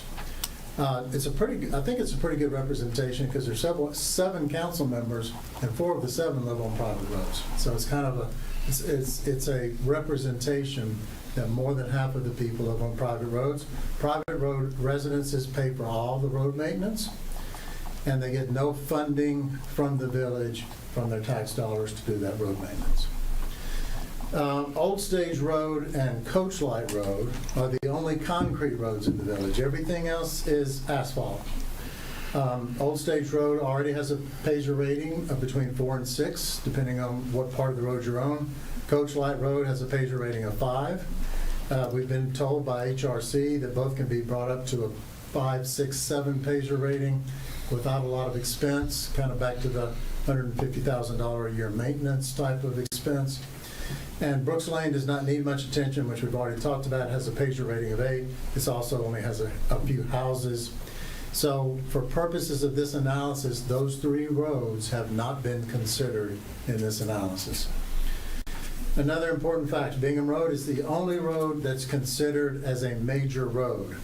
It's important because a portion of the Act 51 funds, which is a lot of the money that we have available, is restricted for use only on major roads.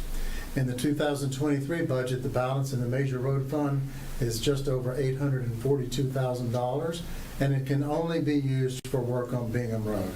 There's been some representation made that maybe we can take a little bit of money from there, but again, that's what we've assumed in this. That's what the major road fund is, and that's where it has to be spent, and the only major road is Bingham Road.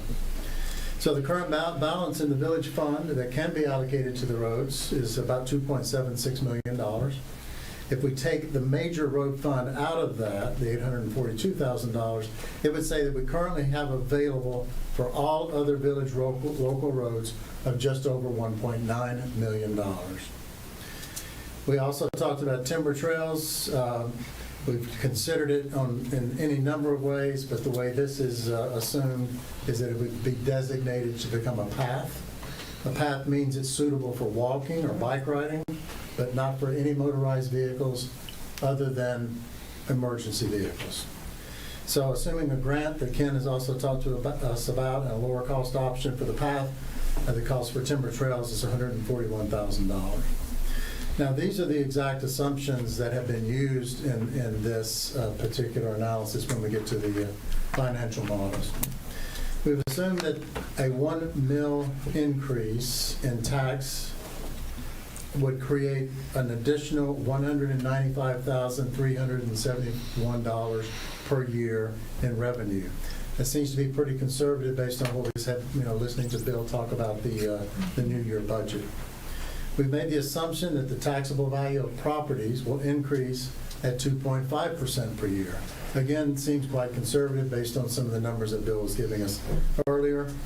The general fund, and I'm reminded by, when I say general fund in this, or when we say general fund in this, we're not talking about the bigger general fund. There's plenty more money than what we're talking about. It's the general fund we're saying is being allocated specifically to the roads. So the general fund, the way these financial models are set up, would generate interest income of 2% per year. Again, seemingly quite conservative, at least at this point in time. Act 51 money averages about $60,000 per year. The history says, as we look at how much of it was split between Bingham Road, which is a major road, and all the other roads, that we would also assume $35,000 of the $60,000 each year would go to Bingham Road, which is the major road, and the balance of $25,000 would go to the local road fund. We're going to talk about, because this is also a big assumption, that we would establish 3 special assessment districts, SADs, and we'll talk about the detail in a minute. We've assumed that each lot in an SAD will be assessed $500 per year for 10 years. It seems that the 2 most popular ways to do special assessments are either by lot or by frontage. Frontage is a problem in this village because we have what I call umbrella lots, Idaho lots, Ken refers to them. So you have, 20 feet of frontage. It's basically the width of your driveway, and you drive back, and then your house is back behind other houses. And we have another extreme. I believe it's on Bristol Court, where there's actually a house that's like on an island. So we actually ran the numbers, and if you're the person living in that island, you would not want the frontage to be the calculation. So we've assumed it's going to be per lot. Each lot will be assessed $500 per year for 10 years, so $5,000 spread evenly over 10 years. We've used the same road construction costs that we just heard in options 3 and 4 from Jim. So the costs you'll see in here are exactly the same. We've made some other assumptions about inflation and so forth, but the start point is exactly the same. We've assumed road construction costs will increase at 4% per year, and we've also assumed additional funding will come from the State Infrastructure Bank of $1.5 million at an interest rate of 3.25%, and that would begin in 2027 when the money would actually be needed for the first time. May I ask a quick question here? So we're talking about 5. 5 is the same assumptions as 3 as it relates to the cost? As it relates to the cost, 5 and 3. The difference you'll see here, Aaron, is in this particular one, we've assumed that the initial cost will increase by 4% per year. But the amount of construction in 3 is equal to 5, and 5A is equal to 4. That's correct. Correct. Make sure I thought that was the case, but the numbers weren't, for the reasons you just mentioned, the numbers. Yeah, Jim made it easier on us because he was first and he did all these cost calculations. So we just. This is just a different way of paying for 3. That's exactly right. That's exactly right. So if we look at special assessment districts in the way that we would potentially view them, again, this is an option. SAD 1 would be established in 2025, so that's next year. It would include all the lots on Bristol Lane, Sager Court, Bristol Court, Brittner Court. Road construction would take place in 2025, which is next year. There's 67 lots in this SAD. Construction cost, as Jim had already mentioned, is $1.65 million. And there's enough money in the fund today to pay for this work without borrowing any money at that point in time. So the money's there. You could do the first special assessment district, which would be all those roads, with money that's currently available. Special Assessment District 2 would be established in 2027. The question was asked at one point, why are we skipping a year? Only thing we were trying to look at is if the average life of a road project is 20 years, and a lot of these other roads last resurfacing 2008, 2009, then it's just our opinion not necessary to do them any faster than we think we need to do them. So the SAD 2 would be established in 2027. It would include all the lots on Bingham Lane, Old Orchard Trail, Hickory Hollow, Shagwood, and Fromm Court. Construction would take place in 2027. There are 85 lots in SAD 2. Construction cost, again, with the inflation of 4% per year, by that time would be $1.726 million. That's when the village would need to borrow money. You don't have enough money at that point in time to do this work without additional funding. So the funding would come from the SIB loan of $1.5 million at 3.25% interest. The third special assessment district would be established in 2028. It would include all the lots on Bingham Road and Timber Trail. And to be clear, while most of Timber Trail would become a path, there is one house at the very end of Timber Trail that their driveway, I guess their address is Timber Trail because that's where their driveway exits. So there is a small piece of Timber Trail that it's not going to be able to be a path. It's going to have to be somebody can get out of their house into a main road. Construction cost of this SAD 3 would be $1.8 million. Again, that's assuming the 4% per year inflation. There's 37 lots in SAD 3. Now, at this point in time, because Bingham Road comes into play, the major road fund can now be brought into into availability to use to help fund this project. So because now we have that money, plus the $1.5 million that we've already borrowed, there will not be a need for any further outside funding at this point in time. So that you'll just see a table below. It shows the detail of each one of the SADs and the cost of construction at current estimates. So it's basically just data. It shows which roads would be included in which SAD, the type of road surface it is, what the short-term rehabilitation costs are, and then probably the most valuable thing is the Pager ratings and when the last resurfacing was actually done.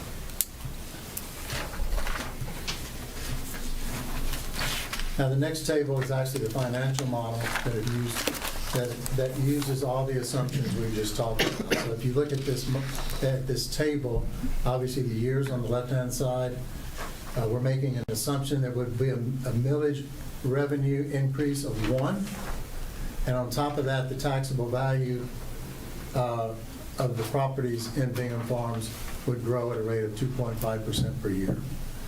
We have a general fund as well, and we made an assumption that general fund would create interest revenue, if you will, of an additional 2% per year. On top of that, we have Act 51 money that's coming in each year. And again, remember, we're splitting it $35,000 to Bingham Road, $25,000 to all the other roads. Then we have a per lot assessment. That per lot assessment is simply multiplied by how many lots are in each one of the SADs, so you would get a total assessment, again, additional revenue per year. The next column is the actual loan being taken in 2027. You can see the interest rates each year until the point in time that the village can afford to pay the loan back, and then the expenditures as they would occur each year. So it's pretty simple math, actually. And if I want to make my own observations of what that table's telling us, all Bingham Road Farms residents and the commercial property owners will incur a 1 millage increase in the taxable value of their properties for 8 years, beginning in 2025 and ending when the loan is repaid in 2032. So again, the millage increase would only stay in play until the loan is paid off. And according to this model, it will take 8 years for the loan to be paid off. The SIB loan of $1.5 million, it would have to be taken in 2027. There won't be enough money otherwise. It will be fully paid back in 2032.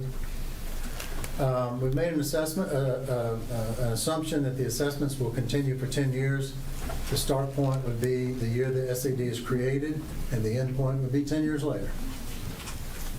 The 3 SADs over the period of time, and because there's a staggered start, SAD 1 begins this year, then 2 and 3 begin on subsequent years. The SADs would collect over a 13-year period of time from 2025 to 2037, $945,000. All that as it's being collected is going into the general fund and collecting interest there as well. These assessments will be paid by the residents in the SADs that will benefit, that will receive the direct benefit of the road construction.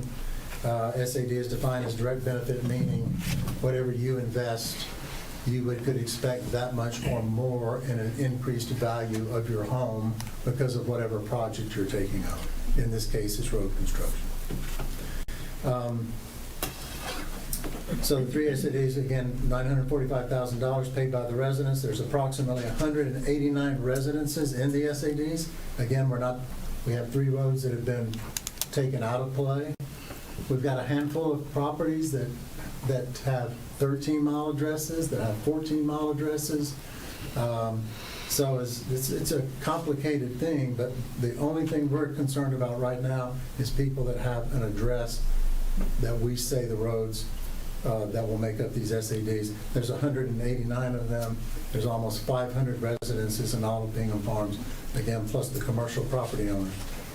At the end of the construction, it's interesting if you look at the chart, because if you just keep carrying the numbers out until the end of the assessment time period, there's actually now an additional $995,000, almost $1 million, in the fund at the point in time when the assessments have ended, the loan's been paid back, millage increases have long been returned to the taxpayers.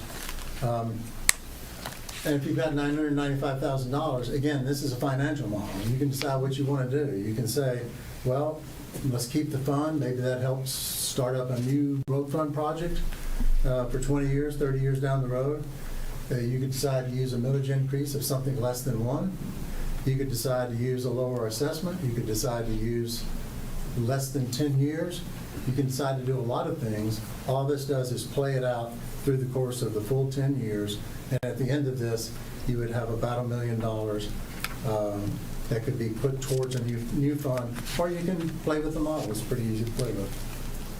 So this is our representation of what it would look like if the people that are receiving the direct benefit, in other words, the people that live on these roads, contributed a little bit more than the general population, of which slightly more than half live on private roads.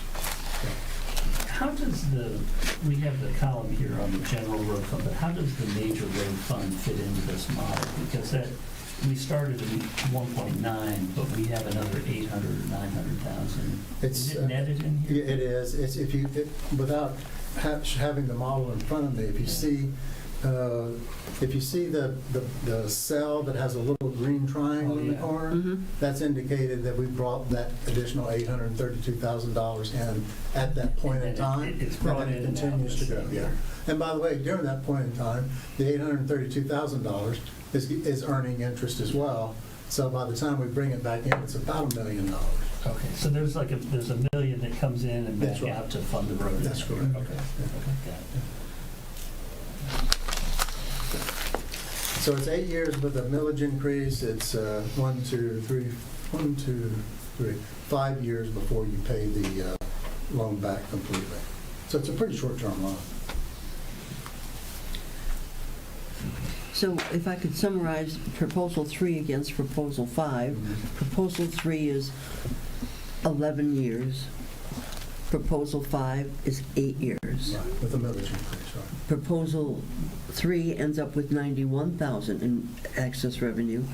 Proposal 5 ends up with $995 million, almost $1 million. And just, I mean, this is a simple way to think of it, Diane, because Jim just used a 1 mil increase, which we've used in this as well. You're collecting almost $1 million over that period of time from the people that live on these roads. So it's not quite that simple. There's an easy way to say we should have about $1 million more, because you're collecting $1 million in this model that hasn't been collected yet. But this model versus 5, number 3 versus 5, takes into account the probability of a millage vote passing. Yeah. I would guess would be greater on proposal 5 versus. It's been part of the discussion, and there's, believe me, there's people on both ends of the spectrum. There's people that don't want to do anything. There's people that want their roads to be the very best, and everything in between. But if you have, if you take something to a vote, you might want to consider what your best chance of getting the vote to pass is. Just to clarify, I'm not suggesting this is the case, but a 1 mil increase doesn't require a vote, right? The council could decide. That's my understanding. I think the council can decide. Just not that I'm suggesting that, but it's just that I think it's a fact. Is there, so I haven't. And by the way, Aaron, this is my understanding, and Kurt, please back me up if I'm incorrect. To do a assessment, you can't take it to a vote. It will have to be a council. It can either be a council decision, or it can be a group of people that get together and say to the council, we want to form a special assessment district, but we need you to help us collect the money. Yeah. Is now an okay time to ask a couple questions on a SAD? Sure. I want to make sure I understand. Are you, did you complete? Yeah. You went through, yeah. I just want to make sure you're. There's also 5A, which is also a SAD. Maybe we You can go understood through that? that. Right. Yeah. Because my questions are more around the SAD and fairness of that. And Yeah, let's get through 5A and then, because they go hand in hand. So 5A again is the same as option 4 that Jim's already presented. But in this case, we're taking the original HRC recommendations for what we're defining as SAD1, which is Sacred Court, Brittany Court, Bristol Court, Bristol Line. So now the price of that project goes up to almost $3.85 million. Okay, so now you got a more expensive project. I think everything's, the available money, what's in the major road fund, everything stays the same. The difference in the two assumptions that have been used in this are this assumes that you increase the millage not by 1, but by 1.8. The value of a 1.8 millage increase today is just over $351,000. So you're putting a bigger burden on the taxpayers, not a 1 mil increase, but a 1.8 mil. The next different assumptions in this assumption in this model is that instead of a $500 per year for 10-year assessment, it would be a $750 per year assessment for 10 years. And then the other big difference is now you're well over. You need more than $2 million. So you get your an SIV loan is only up to $2 million. So now this assumption takes into play that the village would have to do a bond issue. Now, it could be a combination. Maybe you want to do a SIV loan and then do a subsequent bond issue. So it could be those kinds of decisions made. But you're going to have to you'll have to find funding from somewhere other than the SIV. So I think everything else stays the same, except when you obviously get to the financial model. So now you're looking at a millage increase at 1.8 for 9 years, beginning in 2025 and ending in 2033. At that point in time, that's the point in time where it looks like we have enough money that we don't need any more revenue coming from millage increase. The bond of $3.9 million would be issued in 2025. It would be fully paid back in 2035. So it's going to take 9 years of millage increases, and it's going to take 10 years to pay back, to pay the initial face value of the bond. Assessments continue for 10 years. Now, the difference here, $500 to $750 a year. Now the three SADs would collect just over $1.4 million over the same 13-year period of time. Same thing, there's approximately 189 residents that would pay that, and the balance, including the commercial property owners, would not be paying the assessment. At the end of all the construction, the payback of the bond, the end of the assessment period, now we're out to 2037. Remember, we had almost $1 million in the fund on the previous option. Now we're looking at about $127,000. Again, all the other assumptions about inflation, interest rates, so forth are the same. And you actually see in 2035, again, you'll see a red number of a negative $114,000. I mean, you get to a point where no model is that accurate, but you're just giving a heads up that it's in that 2034, 2035 period of time before you're going to have enough money to pay off the bond. So there's a big difference. There's a big difference in the two projects, for sure.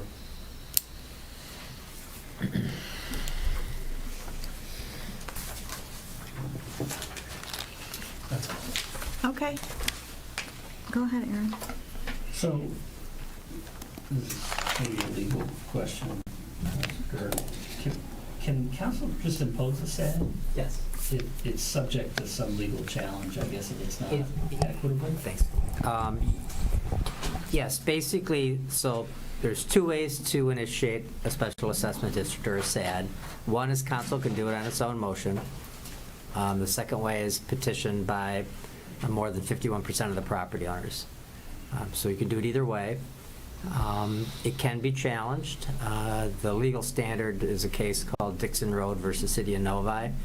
Basically, it says that the amount that you pay for the special assessment has to be roughly proportional to the amount of benefit your property gets from the improvement that's being done.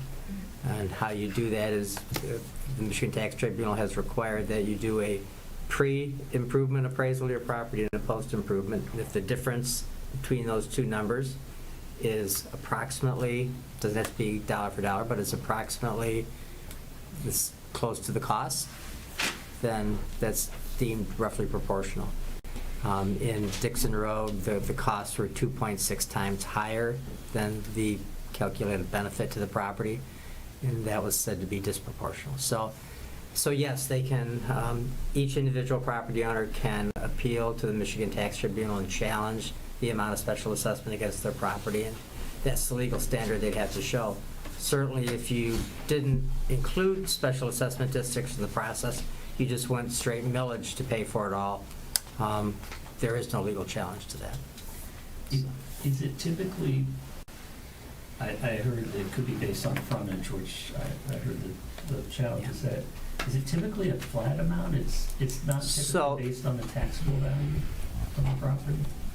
The special assessment? Yes. No, special assessments cannot be based on the taxable value. Those are ad valorem taxes based on value.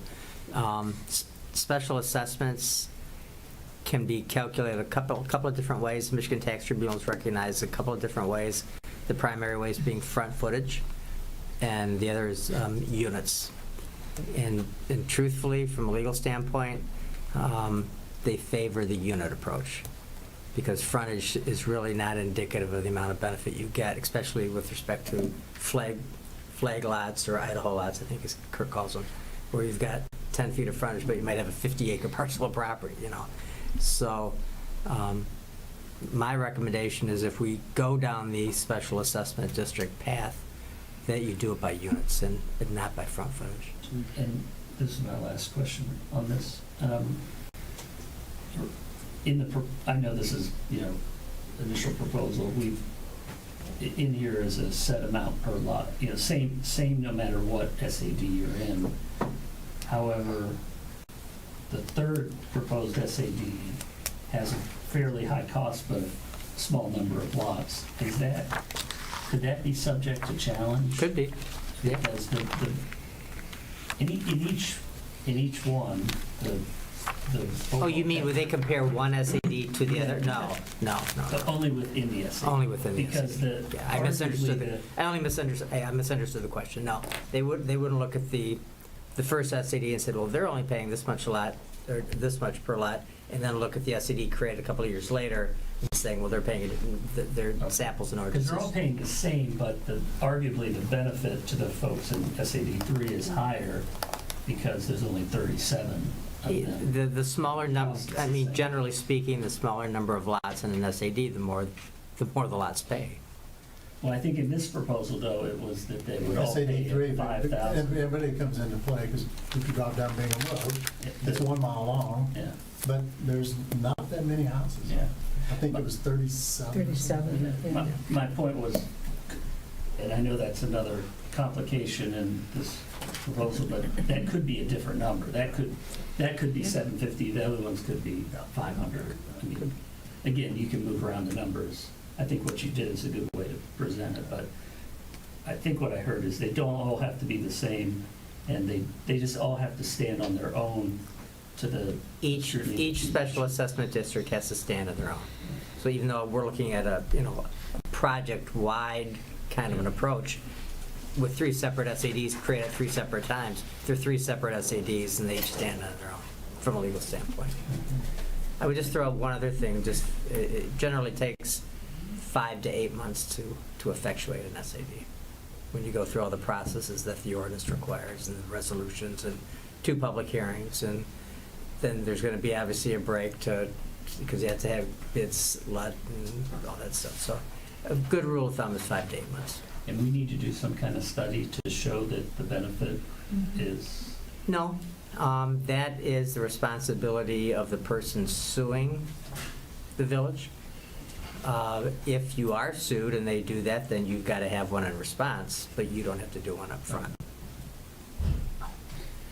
Can I just ask, and I'm amazed I haven't thought of this before, but I mean, let's assume, particularly with Model 5, which ends up with a $900,000 surplus, if we passed an SAD that was 10 years at $500, and we got 4 years into this, and the village council wanted to shorten the period that they were collecting, can we do that without Yes. a lot of rigmarole? So we could Yes. say 10 years to start, but halfway through we decide we only need 5 years from You everybody? can shorten it.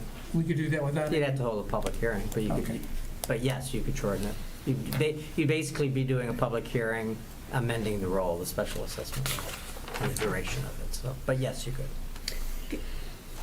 I'm not too savvy on the roads, but in the various communities I've lived where there have been special assessments, $500 per year strikes me as a very low special assessment. It is very low, and by way of example, in Bloomfield Township, we just completed one of the portions of the Bloomfield Village Road SAD. There's 4 or 5 different portions of it. They're doing it incrementally because our COC requires us to do it that way. But it was $38,000 property. Per year? No, for 10 or 15 years. I think it was 10. 38 versus 5. Yeah. Yeah. Big difference. That's a big difference. Yes. Speaking of the 5 or 750, I'm just curious, how you came up with that number. Well, it was not very scientific.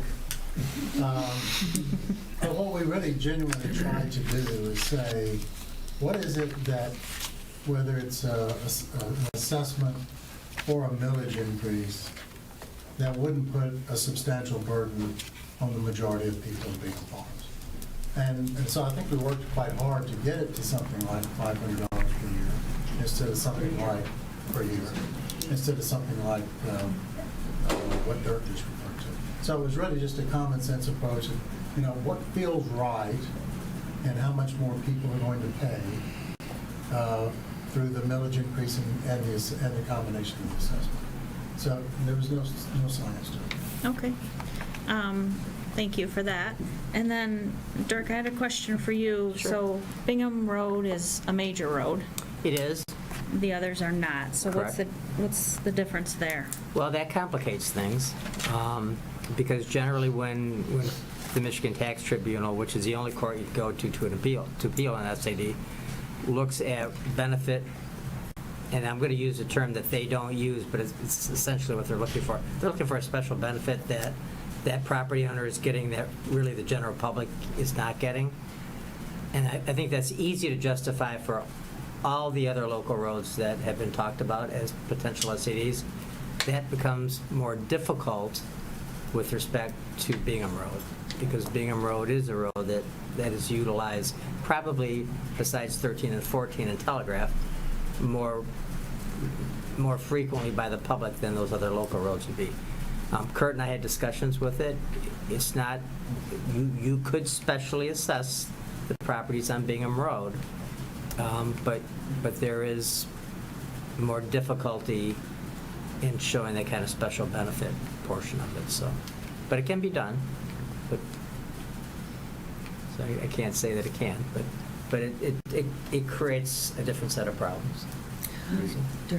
The exit from a driveway onto Bingham Road and that joint, can that be considered in some way? I mean, if there's like a little foot apron or something that would improve the slope or whatever going into the driveway, I mean, is that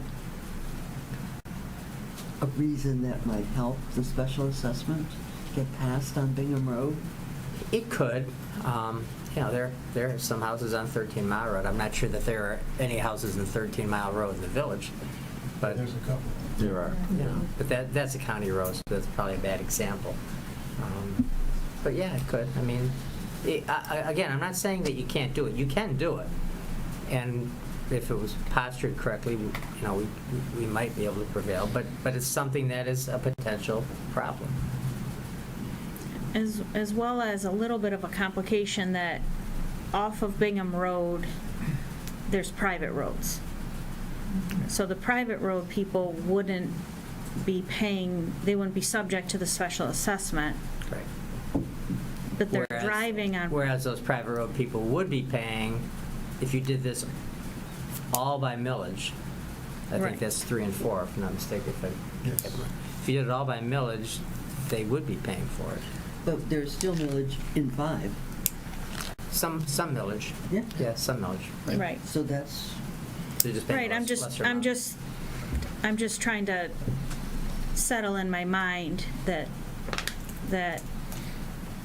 taking the private road people out of it and putting a millage on it makes total sense for me, or putting an SAD on it makes total sense for me on a road like Bristol Lane. Because mostly only Bristol Lane people in the courts are driving on Bristol Lane. Not only, but mostly. But Bingham Road, you've got the cut-through traffic as well as the private roads who have to use Bingham Road to get to their road, but they're not going to pay for Bingham Road. There are advantages and disadvantages to both methods, and I understand the fairness argument of including an SAD as part of the solution. But the other end of that is, and that will admittedly reduce the amount that people living on private roads will pay. But when you do that combined approach like that, think about what your most valuable properties are in the village. And they're the commercial properties. And if you do all millage, they're going to pay the full freight on properties that have a very high taxable value. And again, I'm not discounting the fairness argument, and I understand why the approach is taken, but you're not really capturing the full amount of that financial oomph if you add an SAD component to it. Right. Because those valuable properties that are going to pay taxes based on their taxable value with the mills applied against it are going to pay way less. So And that's That- about 30%, right? So. So about 30% of our I- tax base is commercial properties that So would be that's something carved out. Something that at least has to be thought about, because you're really not getting the full benefit of that if you do the SAD approach. But I understand the rationale behind the SAD. Right, Just yeah, wanted I to do throw too. that out I do too. Well, 2 more good options. Thank you so much. Thank you.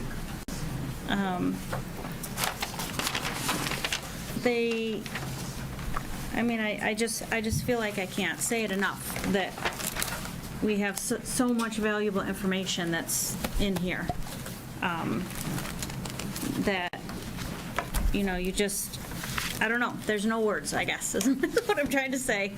You guys have given us so much more than I think was even expected, and there was concern that you guys weren't going to have enough time, and it was too heavy of a lift, and the problem is if we give too much time, then all those numbers start changing, right? Because now you're 1 or 2 years down the road, and now your numbers are off. If we don't give enough time, then we might not end up with something like this. So in the time allotted, even without the time allotted, you guys, you all and ladies did a phenomenal job. So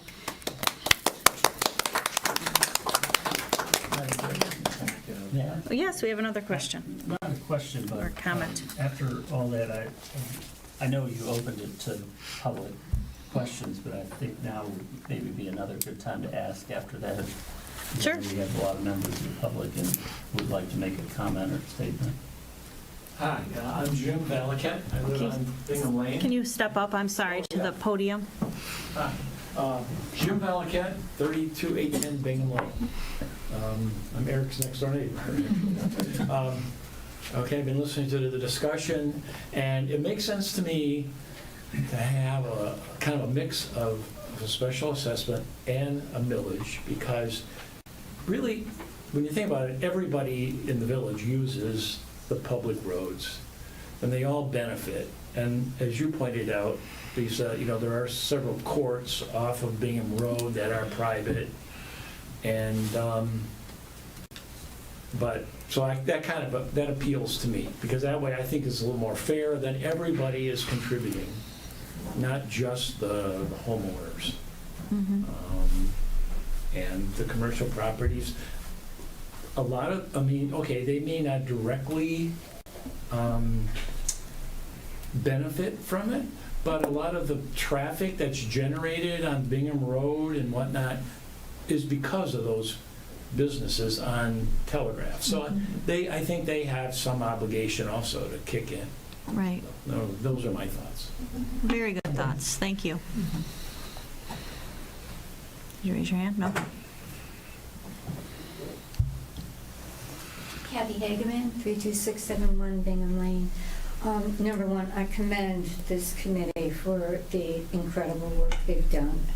The only thing that I would suggest is that under those SAD proposals, the numbers were put together and showed what the impact was per household, but not with the options 3 and 4.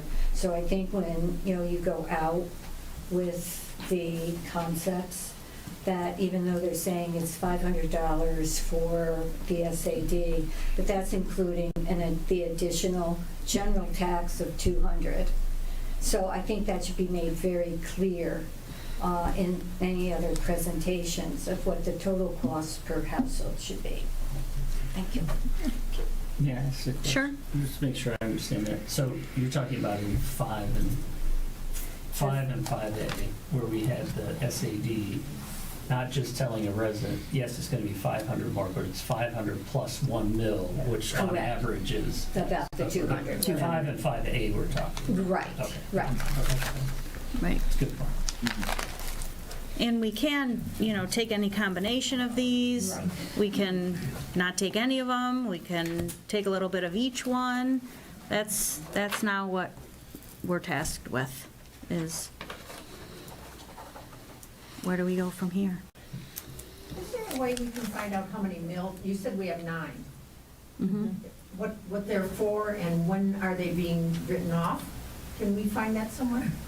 There's no, the nine mills, we just set that every year. And unlike, say, Franklin, we don't have like in the millage designated like this 2.4 is for the fire department, this 3.4 is for the police department. You can sort of figure it out just based on the budget numbers as to like how much it costs for the police, and well, divide that by 200,000 or whatever the 1 mil is, and you can sort of figure out like how much. But the extra 1 mil that would make 10, that's got a time limit on it.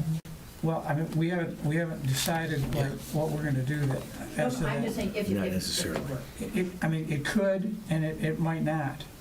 You know, I mean, it's, In the proposals, they all It have. does. yes, and the proposals, they all had time limits, that's true, yeah.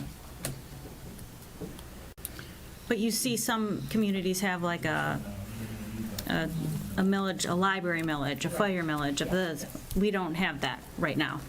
We don't have any special millage. We just have, what?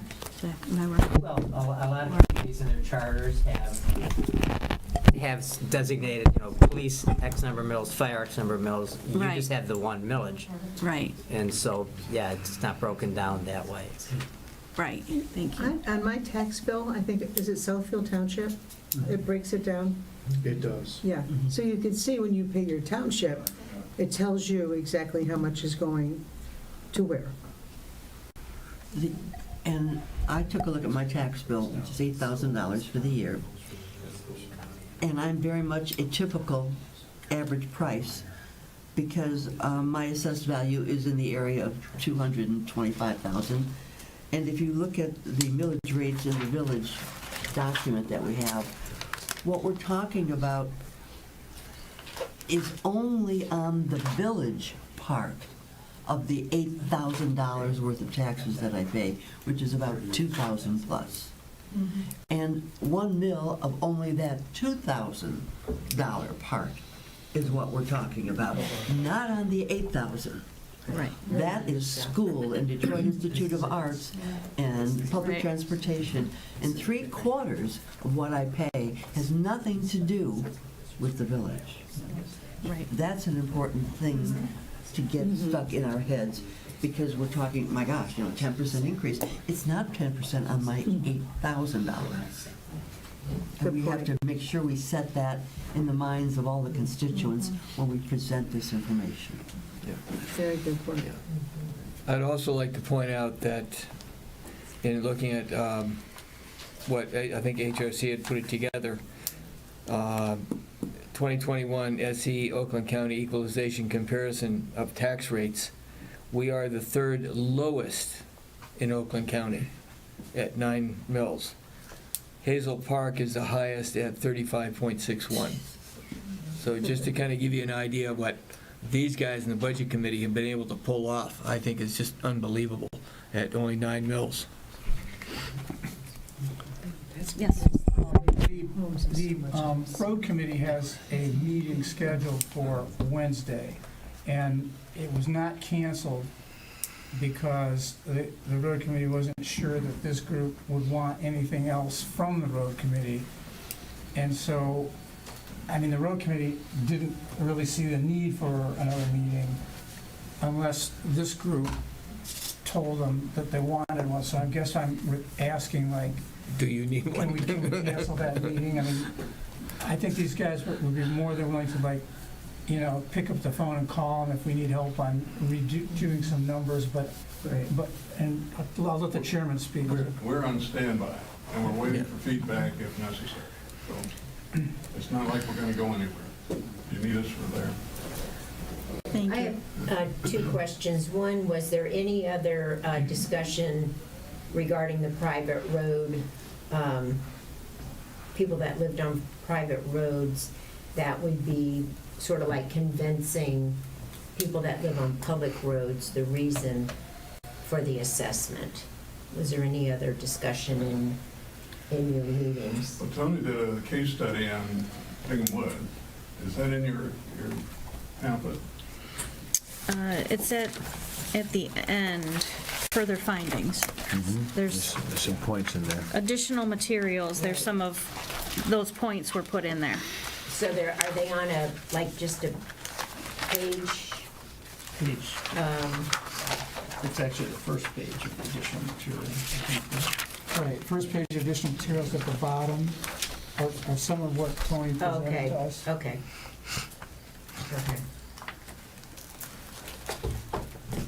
Did you have another question? Yeah, my other question is on the, I guess it's 5. What, you said that the 995,000 could be flexible. That, again, seems to me like a very large number to end up with. And I know it's a, it's a model. But again, to me, if I was looking at this, I would be wondering, well, I'm paying 500 or whatever it might be, but yet then you're gonna end up with this much. And I think really the simple answer to that is that as a council, if you think, well, that's a lot to end up with, let's end up with less than that or try to make it 0. I'll send you the financial model, you can call me. It'll be a very easy calculation to make. It could be a lower millage, it could be a lower assessment, it could be a lower amount of time that you're paying the millage. Okay. There could be any number of things, depending on what the council wants at the end of it. Okay, Yeah. but the remaining money can only be used for roads. I don't know the answer. I don't know that. The special assessment money could only be Right. used for roads, but the tax increase, unless we do the tax increase as an election and specify that it's for roads only, then the tax increase could be used for anything, That's correct. right? Yes. Okay.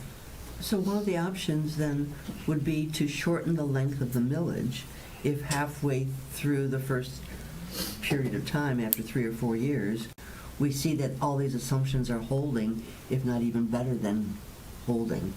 We could come back as a council and say to the constituency, instead of running 8 years, we're going to cap the millage at 5. Yes, you could do that. But- You could decide next month that, well, we're not gonna do a full mill, we're only gonna do 0.8 of a mill. We're not gonna do $500 per lot, we're only gonna do $400 per lot. You can do, just about whatever you wanna do. I mean, the idea that the committee tried to do is to come back with, proposals with the understanding that this group, these 7 people, unfortunately, are going to have to make a decision. Right. The other thing, We put a mathematical combination in these proposals. We just assigned numbers to them.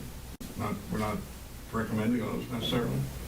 So, it's kind of like I was explaining, it's kind of like a Chinese menu. You take one from column A, column B, column C, and you can make them match.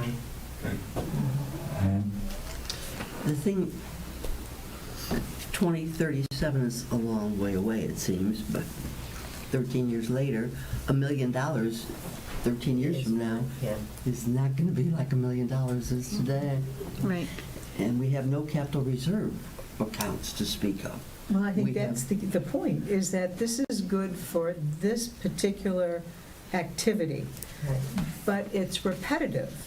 This is not a project that's ever going to go away as long as we're driving cars on our roads, and we have construction vehicles on our roads. So I think the next step would be addressing a continuum of planning and funding. Right. And that's what we'll talk about at a later date with Mr. Almascotti. Just answer my question, because under this proposal 5, you don't want to end up at the end of the term with no money in road funds. You want to, Yeah, or maybe having we've that depleted much money everything, would yeah. be something to build, you need some reserve. And we're Right. starting this road project with almost $3 million. At the end of this road project, if we have $1 million, that's only 1/3 or whatever. Yeah. So Yeah. that's Plus one of the 150, nothing right? as extravagant as it may seem. Right. in today's dollars. So I started to repeat myself, but I just want to make sure that this group doesn't anticipate the road committee meeting on Wednesday, so that As long they as we can have your formulas. so that they can have a. Or unless somebody calls and says, hey, you better show up. Okay, is so that no fair? road committee on Wednesday, but you're on call. How's Yeah. that? All right, so Okay. your decision today is just to, or your task today is to take this home and absorb it for next month and make it, that's when you're gonna make your big determination. I suggest we have a study session, perhaps. We'll look into that. Again, I'm concerned about that because of the feedback from so many that we were working behind closed doors when we did study sessions. So I'm not gonna do it if it can't be televised. And I don't know that it can be televised. It'll be up to the television Because there's people. Yeah, I mean, there's going to be a lot of discussion. It's gonna be a long meeting. Yep.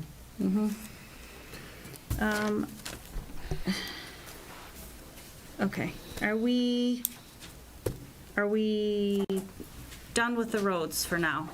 I think we all are roaded out for tonight. But again, thank you so much. I will be looking and going over everything, and everybody's welcome to come back next month, and we might have some questions then, so. Well, what's your timeline now as a council? You have to decide if it's going to go to a vote or ballot? If it's gonna go to the ballot, we need it by, You need, yes, you need to let me know so that I can have a resolution for the July meeting. Because Okay. the decision has to, the ballot language has to be provided to the county by, and don't quote me on this, Tuesday, August 14th. That might not be the right day, but in and around there. And your meeting in August would be after that. So if it's going to, and you don't have to take it to the voters, but if you do, you need to make that decision at the June meeting so that I can bring back a resolution in July. okay. The other time constraint was one that Jim mentioned, and that was that the, in order to have the process of them doing the engineering and all that sort of stuff, and then getting bids so that we don't lose another construction season, we originally thought May, but I think, I think our village manager checked with them and got the okay that we could do it in June. And they could still make the deadlines, but not, we haven't. They don't want to push it beyond We don't that. want to push it beyond June, so we really need to decide next meeting what we're going to do. Are you talking about this year? It's August 13th. Yeah. Yeah. Make a decision this year for construction next year. Right. That date is Tuesday, August 13th, that the ballot language has to be provided to the county. Thank you. Thank you. Yep. Okay, I think we can all use a break. This is a long meeting. We still have some things to get through here. Can I ask for a motion to get a recess? And if anybody needs to use the restroom or Numbers are on the board. wants to Make that motion. get out, second? Second. Any discussion? All in favor? Aye. Any opposed? Motion passes. We'll take about a 5-minute break, no longer than 5 minutes.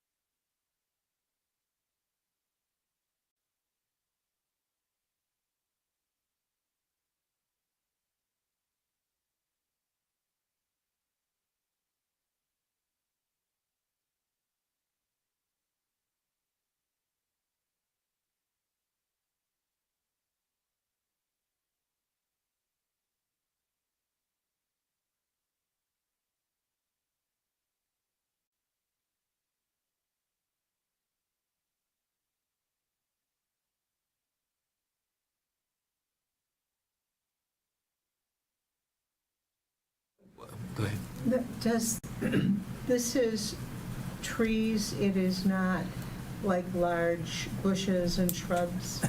Trees, Regulated trees, right? regulated trees. Yeah, I have a neighbor that contacted me that there's now nothing between his house and his neighbor's house. It's gone. It's trees. It's just Yeah. trees. We can't regulate bushes, Can't. bushes and brush and Can't. ground cover and all of that. Good opportunity to plant some new trees and bushes, though. What he did is just go with the row of 3-foot-tall arborvitae. Yep. So, You need a motion? so we need a motion. I'd like to ask a question. Stan Baywall, I live on 2335 Old Orchard Trail. I'm involved in managing my brother's property. I'm his caregiver. He is suffering dementia. I started clearing an area, and virtually everything was buckthorns. I mean, literally. I had buckthorns with trunks this big, and that's all I removed. It's been hard to find anything but a buckthorn in this area. Mm-hmm. How does this affect me? And that, trees. Buckthorn doesn't fall into this category. I don't know, Dirk, if you want to, it's not regulated. I don't recall whether buckthorn is one of these species listed as a tree that you can remove or not. It's an invasive. It's an invasive. But, yeah, yes, in the last ordinance amendments that we did, I believe it was pertaining to the Design Review Board, we talked about removing invasive species. It's removed. Buckthorn is considered an invasive species. It is not a regulated tree. So you can get rid of it. Yes. Okay. If it's Actually, the state of Michigan would encourage you to get rid of it. I encourage everybody to do it. Yes, yes. Didn't even know there was a buckthorn tree before. Yes, it does a lot of damage to the healthy quality species that we want to grow in our village, so, They've already killed several maples and white oak. right, so, Okay, then I guess I answered. so thank you for that effort. It's not easy to get rid of, but thank you, good question. But we have we need a motion and a second to approve this amendment. I would move we approve the amendment as presented in our materials. Second. Any discussion? The only discussion I would like to bring up, one of the things that one of our former presidents brought up last time when I was talking to him after the meeting, and something that's been a bugaboo to me is, where would we put in here that somebody would have to apply for a permit to cut down any trees? Would that be pertinent to what we're voting on tonight, or is that someplace else that we would put in the ordinances? That's already in the ordinance. This is very specific only to when a tree replacement plan needs to be submitted. But if you're cutting down a regular tree, as I don't have the ordinance sitting in front of me, but I believe there's an application process you have to go through if you're cutting down a regulated tree. More than, Well, you're aware that people are allowed to bring down, I think it's 3 trees every 2 years? Correct. Right. I was thinking of amending that. Okay. Well, that's not part of this ordinance. That's what I want to say. Is that part of this, or is that part of something else? It's not in this ordinance. It's Okay. not in this All right. amendment. Then I'll save that for another Okay. time. Okay. we have a first, a second, and discussion. Any other further discussion? All in favor? Aye. Any opposed? Motion passes. Moving to Personnel Committee. Trustee Mashigian, did you want to introduce this? Oh, I had suggested,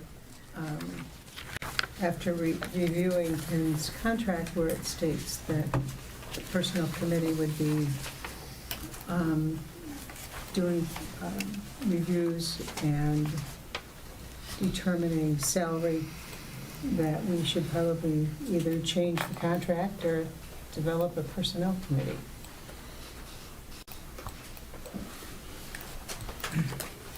And, it's open for discussion.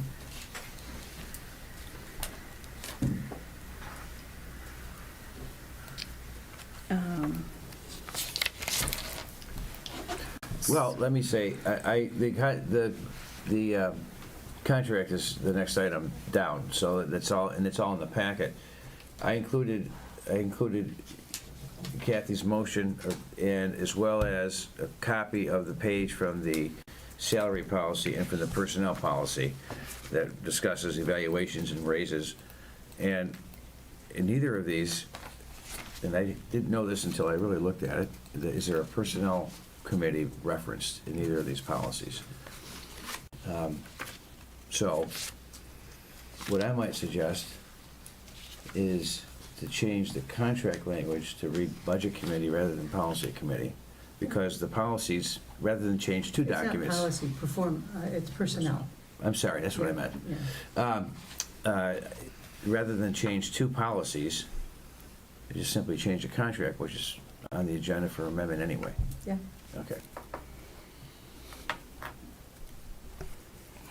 But that's actually your decision, that's just my suggestion. Yeah, and I just like to tighten things up, so we are accurate. And I totally see where you're coming from. There used to be a personnel committee. There's no longer a personnel committee. And I understand from, and this, we're making changes anyway, so now would be the time. In the corporate world, it's easy to just send stuff to the legal department and get everything completely changed. In the municipal world, everything is time and money that directly impacts the residents. So if you start going through things, if things are working smoothly, a lot of times the language isn't changed just because, again, it's time and money to the residents. So as I was going through this, I'll just use this as an example. Everything that describes the president refers to him and he. So, I could make a fuss about it, and I could say, I want to do a charter amendment. It's time and money. But clearly, I understand that the reference to the president is the president, and the language that states he or him doesn't affect what the president does. And so instead of costing money, you just leave it. And I think that that's what happened over time, is the personnel committee was done away with years and years ago, and so that language just stayed. Over time, the budget committee has taken that role, and we've, added policies. I think the last one was 2-3 years ago, sort of formalizing what the process is. We can just move that into the manager and treasurer contracts, because again, it's not just Ken's contract. The contracts are reflective, for the most part, of each other, of our treasurer and our manager. And so moving to C under old business, since they are tied together, I would suggest changing personnel committee to budget committee. And there's a couple of other changes that I would like to discuss, since we're, what do you call it, restating and restate and amend, or? Amending and restating. Amending and restating, that was close. The contract anyways, I would suggest increasing, the professional development allowance hasn't been increased in years, and I know that our treasurer and village manager very rarely even come close to it, but with the increased cost of everything going up, right now it's budgeted for $1,000 for their professional development. I would like to suggest maybe putting that to $1,500, just to give them an option to attend bigger training if they see fit. Again, just the cost of everything is up. and possibly, just again, to avoid time and money, we appoint the treasurer and the village manager every year, but would we want to extend the contract for 2 years? Just, again, to save money. Would you see any conflict with that? No? No. I'm sorry, how would we save money with that? Like, everything we do costs money, because it's time. So, we're already appointing, in the charter, it says we have to appoint those 2 positions every year. Elect. Elect those 2 positions every year. And then the contract, basically, the only thing amended is the date and the dollar amount, if there's an increase. And so it's just to save time and, again, time and money. Go ahead. I guess I have 2 questions. The first having to do with changing it from Personnel Committee to Finance Committee. Are we intending that the Finance Committee is going to be, I mean, I understand that the Finance Committee helps decide on the raises, but are we intending that the Finance Committee would also be like involved in like doing the review part of it? They should come together. You know, I mean, if there is going, because Bill just did some analysis of what salaries were around the area. It had nothing to do with what Ken did as a manager in the last year. Right, I guess. Well, I did. Yeah, Right. I guess what and maybe I should just shut up, but my understanding of the review process is a process where you get together and you say, you did this well this year, didn't do that well this year, and I always thought that was really like the president's job, because the president was the one who he reports to. And if everybody wants it to be the Finance Committee, I have no problem with the Finance Committee doing like, well, we think the raise ought to be 4%. I think that's perfectly appropriate. I'm just not sure whether the Finance Committee should be involved in the rest of it. Well, here's a section having to do with evaluations. The employee, upon written request, is entitled to a written review and discussion of his or her performance conducted by the president or his or her designee. Mm-hmm.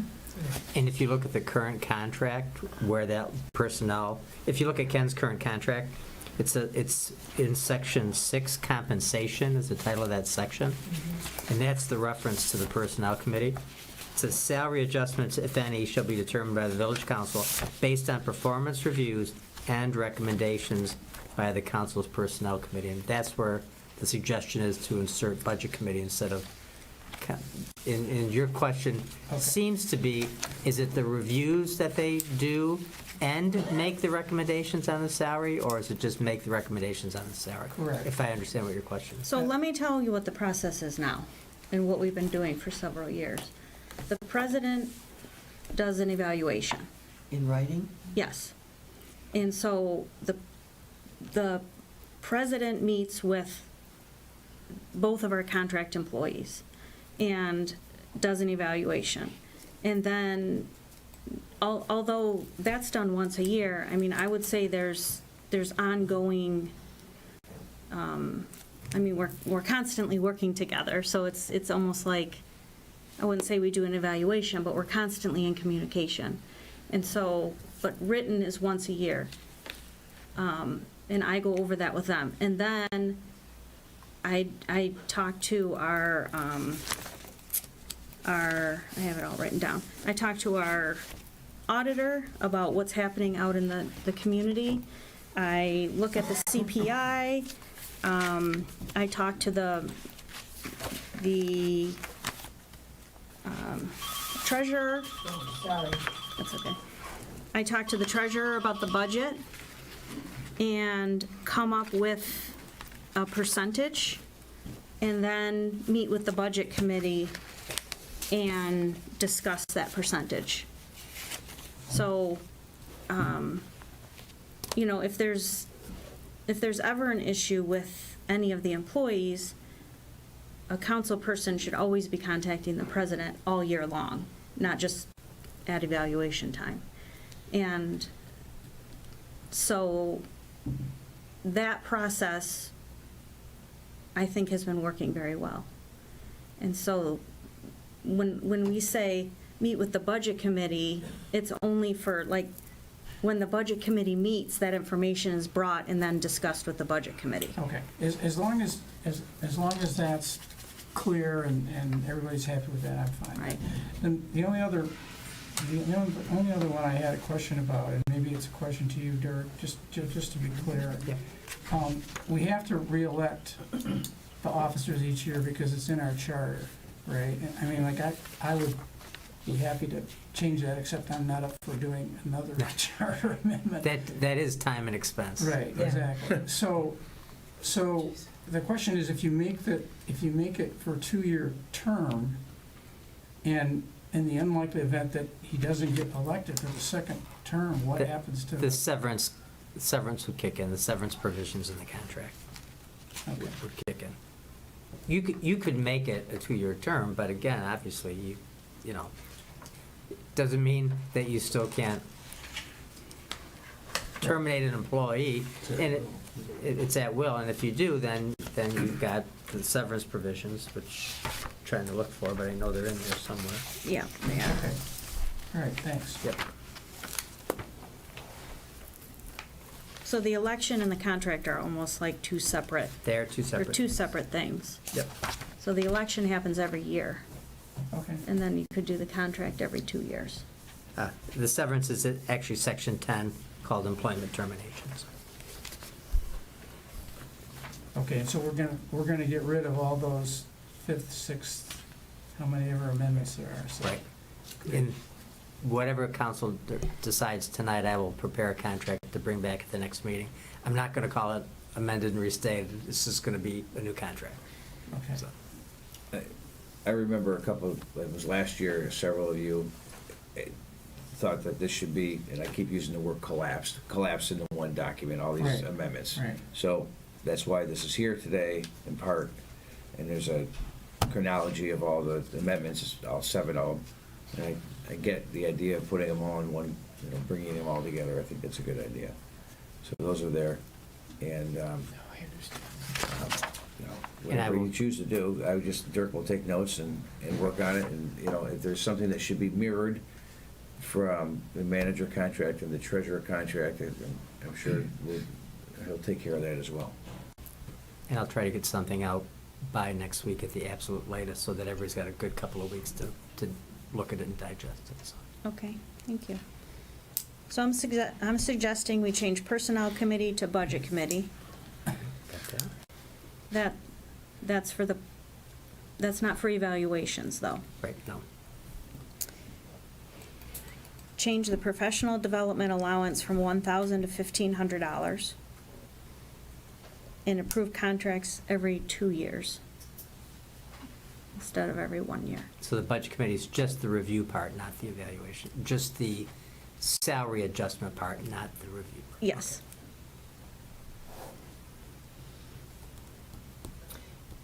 Should the budget committee not have the written performance review if they are reviewing the salary? That doesn't need to be in the contract, but that's something that certainly, if everybody's agreeable to it, you can do. I just haven't, I have a hard time, it's always been the president, only because the president works Right, but if so you've already directly. done it in writing, just sharing that copy with the budget committee helps give us the feel good that this is the right amount. I mean, we have nothing else to go by. Right, but you have to go by, well, For me, it was, from being the other member of the budget committee, for me, it was discussion with you about that performance, that the results of that performance review. So, I did not have that opportunity to have that discussion. right, you weren't available. I was by That's- phone, but Right, not. but I emailed you and said, would you like it to discuss? And you said, I agree with the 5%. So I reached out, or I'm sorry, 4%. And you said I agree with the 4%. So that was my attempt to have a I discussion. didn't know that you had a written review. And I don't know, I mean, there's something in there about written reviews and by the president. I mean, I guess that's something. It's in the policy portion of the packet. You have to go a few pages back from the The contract. employee can request a written review, is what it said. And then keep reading. And that's under section 15, evaluations. Mm-hmm. Yes.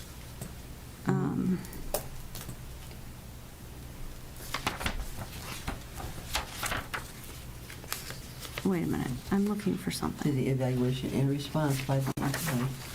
To the evaluation may be submitted to the Bingham Farms for further review.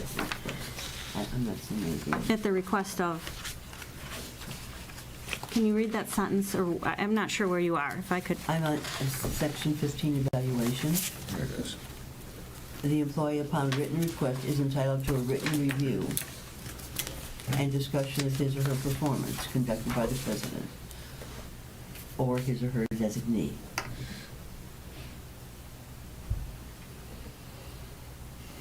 Under all circumstances, the employee shall have every opportunity to comment in writing on any part of the evaluation.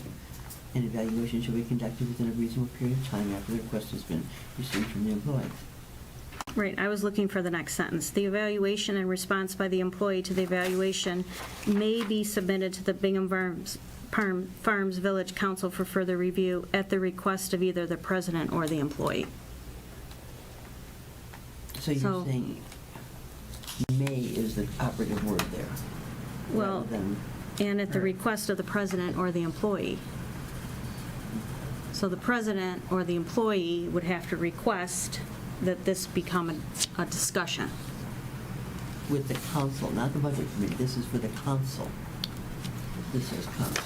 Correct, council. This Right. has nothing to do with the budget committee. Correct. I'm talking about the budget committee having access. And I mean, I can share the evaluations at any point with anybody. I mean, I'm trying to take, like, we had a very hard time last year and this year even getting the budget committee together. And this year, like, we never got the budget committee together except over Zoom. And then, like, Aaron and I spent an hour with Bill. But, I mean, I'm just trying to make this less difficult for three people, and in particular the president, of trying to track down people. I mean, like I said, if there's ever an issue with any employee, any council member or resident should be contacting the president all throughout the year. The evaluation, like what Trustee Jones said, at evaluation time, nothing should be a surprise to any employee ever. So I'm just trying to take layers and layers out, because I can see as people get more busy and travel, everything's becoming more difficult.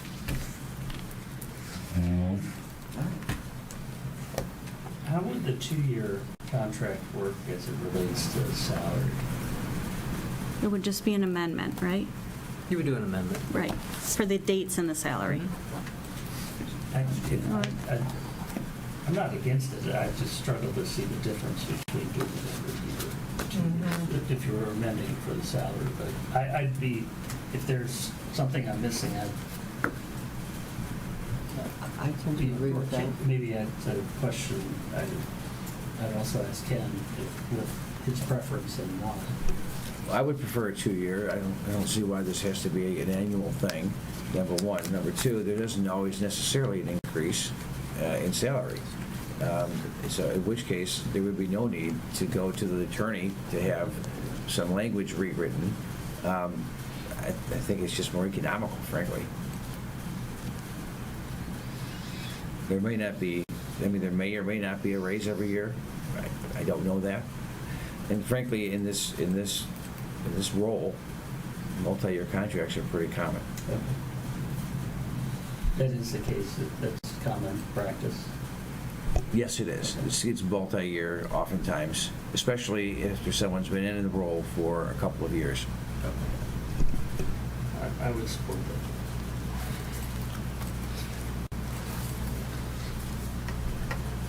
I don't think you're looking for a vote, right? There's no vote. Motion. I'm just, But Dirk's got to draft something, right? right, I just want to give direction to Dirk of what's, next month, we're going to be,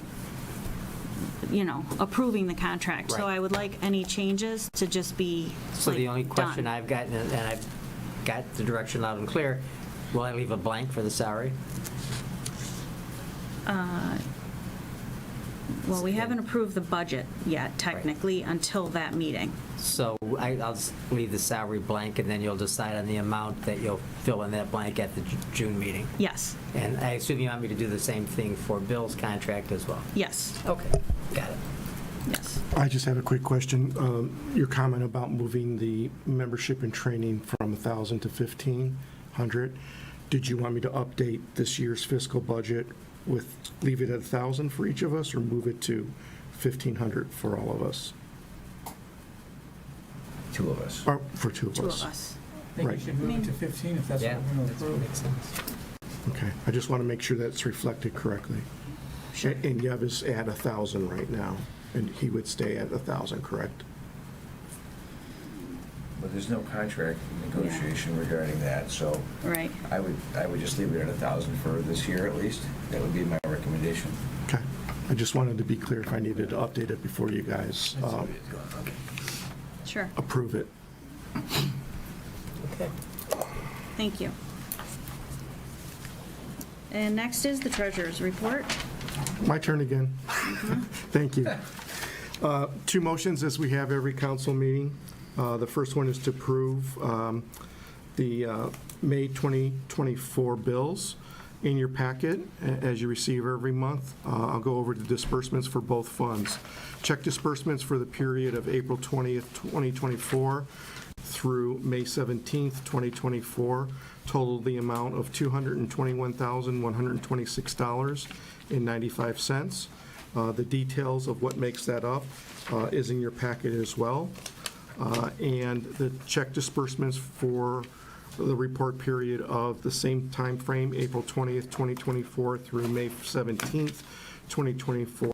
For the gas and weight, there was one bill, and it was from Johnson Landscaping for $1,175. Both those disbursements combined are $222,301.95. I have one question on the disbursements. There's the stormwater management surveys in there for Double Rock and Clark. Have we received, is that like a partial payment, or have we received the results of that study? I do not know if we received it. I know that it was on the invoice, and I check all the invoices with the village manager when we go through them. Yeah, we haven't received it yet. No. Is that the full payment, or, I know we also had some, some of that was getting reimbursed through grants. That's right, and that's not, no, that's This is not. a portion of it. Right, Okay. exactly. Exactly, that's a portion, just, yeah. Yeah, thank you. Do I hear a motion to approve the May 2024 bills? I would move to approve the bills as included in the packet. Second. Whatever. Any discussion? All in favor? Aye. Aye. Any opposed? Motion passes. Next is the financial statements for April 2024. Yes, item B, financial statements. We are currently 83% through the fiscal years completed. I provided again, period ending as of the end of April, April 30th, 2024, as far as the revenue and expense reports. As I'm looking through it, at 10 months or 83%, we are tracking, as I always look back at what we were last fiscal year. Actually, we're doing a little bit better. Right now, the total expenditures under the general, 77.09% of the budget. Last year, we were at 81.3. So again, we're tracking right as we should. As you will also find in the financial statements, the investments listed out for both the general fund and the road funds. Road funds increased, obviously, because of the interest. General fund has come down a little bit, and that's because I've drawn money out of the lowest interest performing fund, which is the local government investment pool, to make sure that we have the cash reserves in order to meet the daily requirements for the bills and invoices that come in. So that's really the only difference. Everything else is there. We do have one investment that is not part of this, but is, you see all the maturity dates and you see everything that's in the actual investment listing that you guys receive every month. And if you have any questions, I'd be more than happy again to answer any of the questions that you may want to ask. I move to approve the financial statements as included.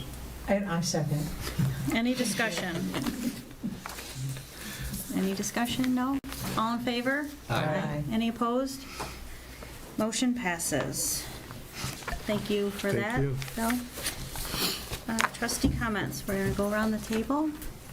I just think the road committee did a great job compared to how we started. I'm just hoping that we have enough time between now and the deadline, if we are going to put it on the ballot, that we can get it on there, so, great job. I'm in favor of a one-time only exception to the study session concerning, and that is if there's some money in the contingency fund still remaining or whatever to pay somebody to record it, if that's the end of. But I think that study session will prevent a very long meeting next month. Well, it's not a money issue, it's an availability issue, and I've already looked into it, so we'll let you know. A couple of things. At the BCAC meeting this month, we meet every 2 months. Just to let you know, all videotaping village meetings are held for at least 18 months. I know that was a concern from somebody. But I talked to Steve Rhoda. He said that they'll probably be kept much, much longer now because everything now is in digital format. The $180,000 grant that we did to the Birmingham Public Schools has been, the results of that have been very, very good. We're still waiting to get more feedback on that. Also note that the franchise fees are down due to there are less subscribers and more people on using Wi-Fi. And 2 podcasts I wish to note. Done with the Oakland County's Sheriff's Department is a presentation regarding fentanyl, but another one even more, I think, pertinent to questions that we've asked the police chief here. Oakland County Sheriff's Department did a presentation on Oakland County theft, so that is now on the website to look at. That's it. Okay, thank you. How much money did you say the district received? $180,000. $180,000. Yeah. Just a heads up to everybody that Mobile Watch is doing a presentation in June 18th at Bingham Woods. At the Bingham Woods Clubhouse. Yeah, the clubhouse. It is an FBI agent coming in to discuss with all residents in the 48025. So it's our neighbors in Beverly, our neighbors in Franklin as well. All of the active fraud and scams that are going on in our community. And the idea is how to identify them, what to do about them, how to avoid being a victim. And it's from 3 in the afternoon until about 5. We're also going to have our public safety chiefs there, and they'll be available for Q&A, and refreshments will be served. So get that on your calendars. It's going to be a really valuable experience for all of us. Thank you. Nothing. Nothing from me, so I need a motion to adjourn. So moved. Second? Any discussion? All in favor? Aye. Any opposed? Motion adjourned at 10:22 I think PM. that's probably the longest meeting I've ever been.